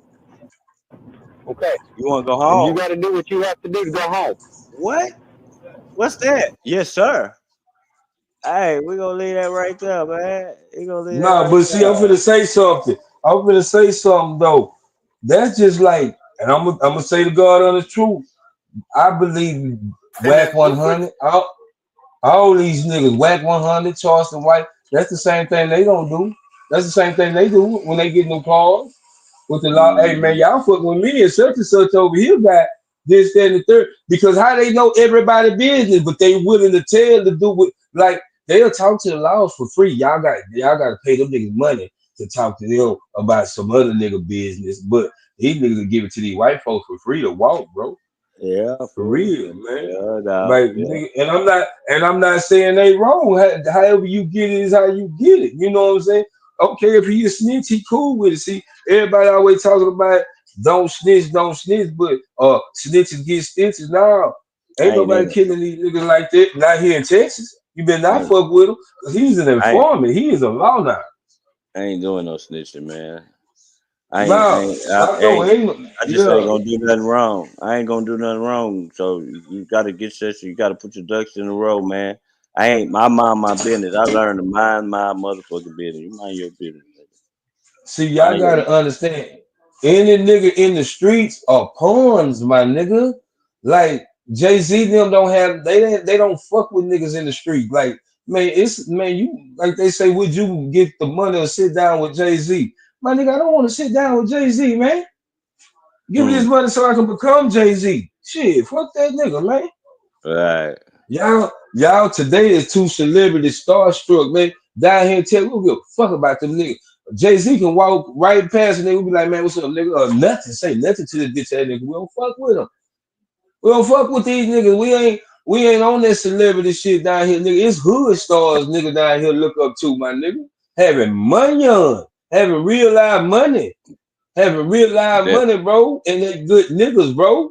Doing for the community. Them rap niggas not doing shit for the community, bro. Like I say, you can walk up to Scarface in Houston, nigga, just randomly. Like, that's why we don't look at celebrities, bro. Like, a nigga walking past you be Houston, that nigga be a 3-time Oscar award winning nigga. We don't know that shit. We don't even give a damn. Nigga, you want to buy some dope? That's all we worrying about. You trying to get some dope? You want a bitch? I will become a sex trafficker at any moment, nigga, or motherfucking or drug trafficker at any moment. Monkey Man will. Because if a nigga call me with the price, man, can you give me 2 bitches over here? Hell yeah, I'm gonna get how much you got. Because that's the next thing out of my mouth. How much you got? Shit, yeah, I'm gonna make a profit off of this, nigga. I'm gonna call 2 hoes, give them the bare max, and listen to what I say, the bare max, because I gotta make all the money off of this. Because this is my lick. Bitch, you want some of this money or not? Know what I'm saying? Shit, I gotta make the bet, give you the bare max. If a nigga got 10,000, bitch, I give you 2 racks. Go over here with this nigga. You know what I'm saying? He got 10,000. Yeah, I'll give you 2 racks, 1,500 off the real. I'm gonna give you 1,500 off the muscle, and you get the other 5 after you finish, bitch. Salute, OGK. I'm gonna get my ass up out of here, man. All right, man. It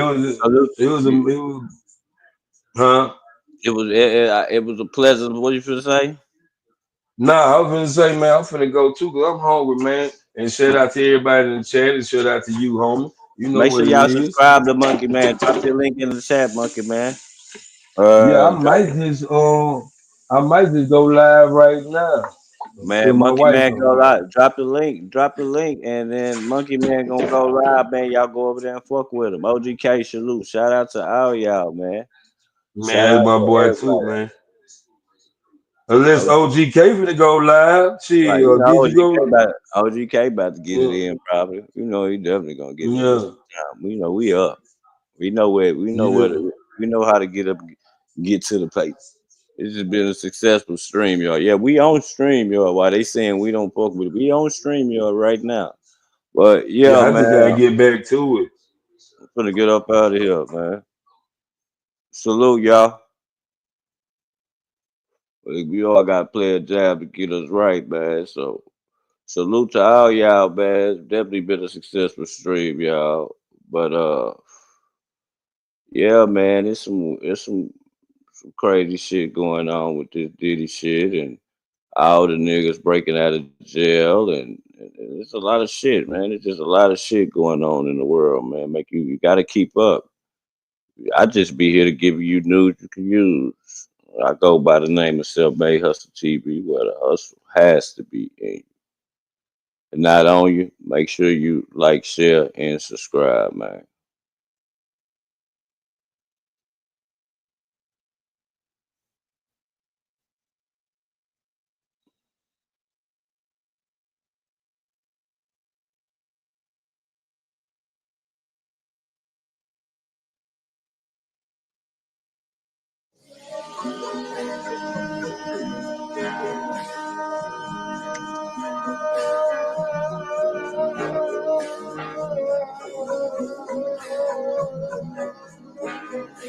Yeah.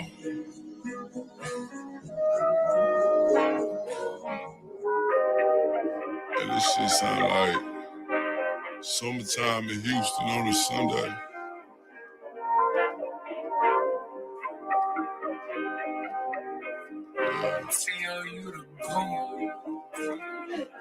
Okay, I come down like Geronimo. These little hottie diamonds glow. Waste come from the doctor, but that ain't come from her mama though. When it feel like I got cleats on, man, I'm trying to make these commas grow. If a nigga ever think about reach this 40, singing like the Commodores, I pop it and pick up the shell case. This how the mud and I'm self-made. Off of rhyming these words, I could have been slanging some shit. This is white as a deal face, but instead I leave records to dope, and I swear that the trap really roll like for real skates. And I'm chasing the apple and Zell page, and I never get tired like Kill Case. I just stack it and run up the scope. She know I'm one of a kind. The quarter put diamonds in mine. Shit, I got a glow. Say I'm the one of my time. The Rockets go in overtime, and I'm on the floor. The way that I'm killing the crime, they gave me no trouble to shine. I started out broke. Where I be bossing and hogging and shit. I could have been signed to BH. Oh, yeah. But I got this out the dirt. You still see the shit on my shirt. Swear we ain't missing no work. She walking out fixing a skirt. Legend put this on the turf. I started out late, but these niggas gon' mention me first. Frank said it's joy and it's pain, so it ain't no stopping. I'm here trying to win till it hurt. We them boys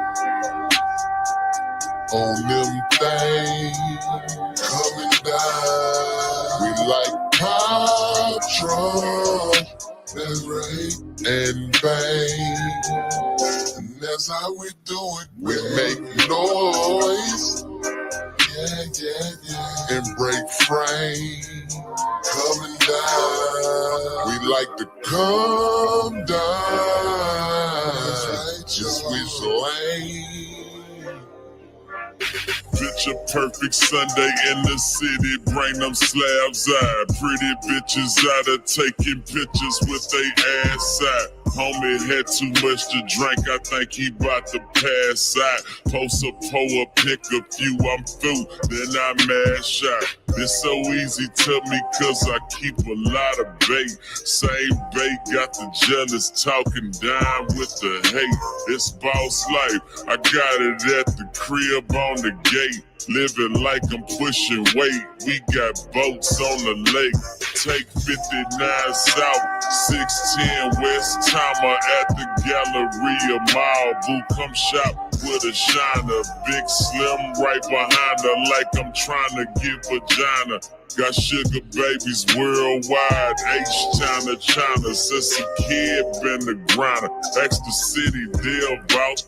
Hey, there go Monkey Man link right there, man. Make sure y'all sub the Monkey Man, man. And haters will never be us players. We legends living major, favored by the Savior. We them boys on them things coming down. We like Patron, that's right, and bang. And that's how we do it. We make noise, yeah, and break frame. Coming down, we like to come down. Just whistle lane.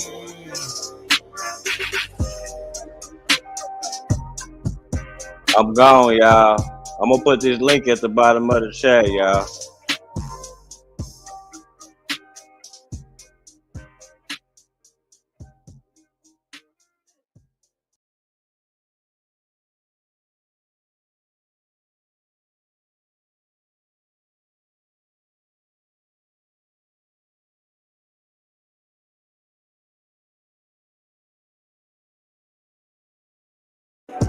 Okay, I come down like Jerron. The beast look how these diamonds. Waste come from the doctor. And they come from her mama, though. When it feel like I got house at his Bell Harbor. I bought Lennox Mall for my brothers. Oh, your bag, tote the cutter. I got it out the field, fuck Russell. Going as L'Oreal about the paddock, and going as Jordan, that's dead. For leak water, trying to drown a bitch. Just a habit, tricking on a bitch. Shit, I'm thinking I'm clipping a pimp. Shit, I'm cooking up dope like a dump. Shit, like her first gon' sit nigga trim. Shit, I'm floating, I'm out in the blimp. Shit, it look like I'm swimming in glass. Shit, I turn on my bitch cause she bad. Shit, I'm making my ex nigga mad. Shit, they go for that number man. Real nigga learn them, in the bag. Piping a bitch, and they nail like I can. Turn up the shooters with switch go bad. Stay with some scammers, but I was a pain. Trapping the rap with my dog, he fall off. No capping, no bound.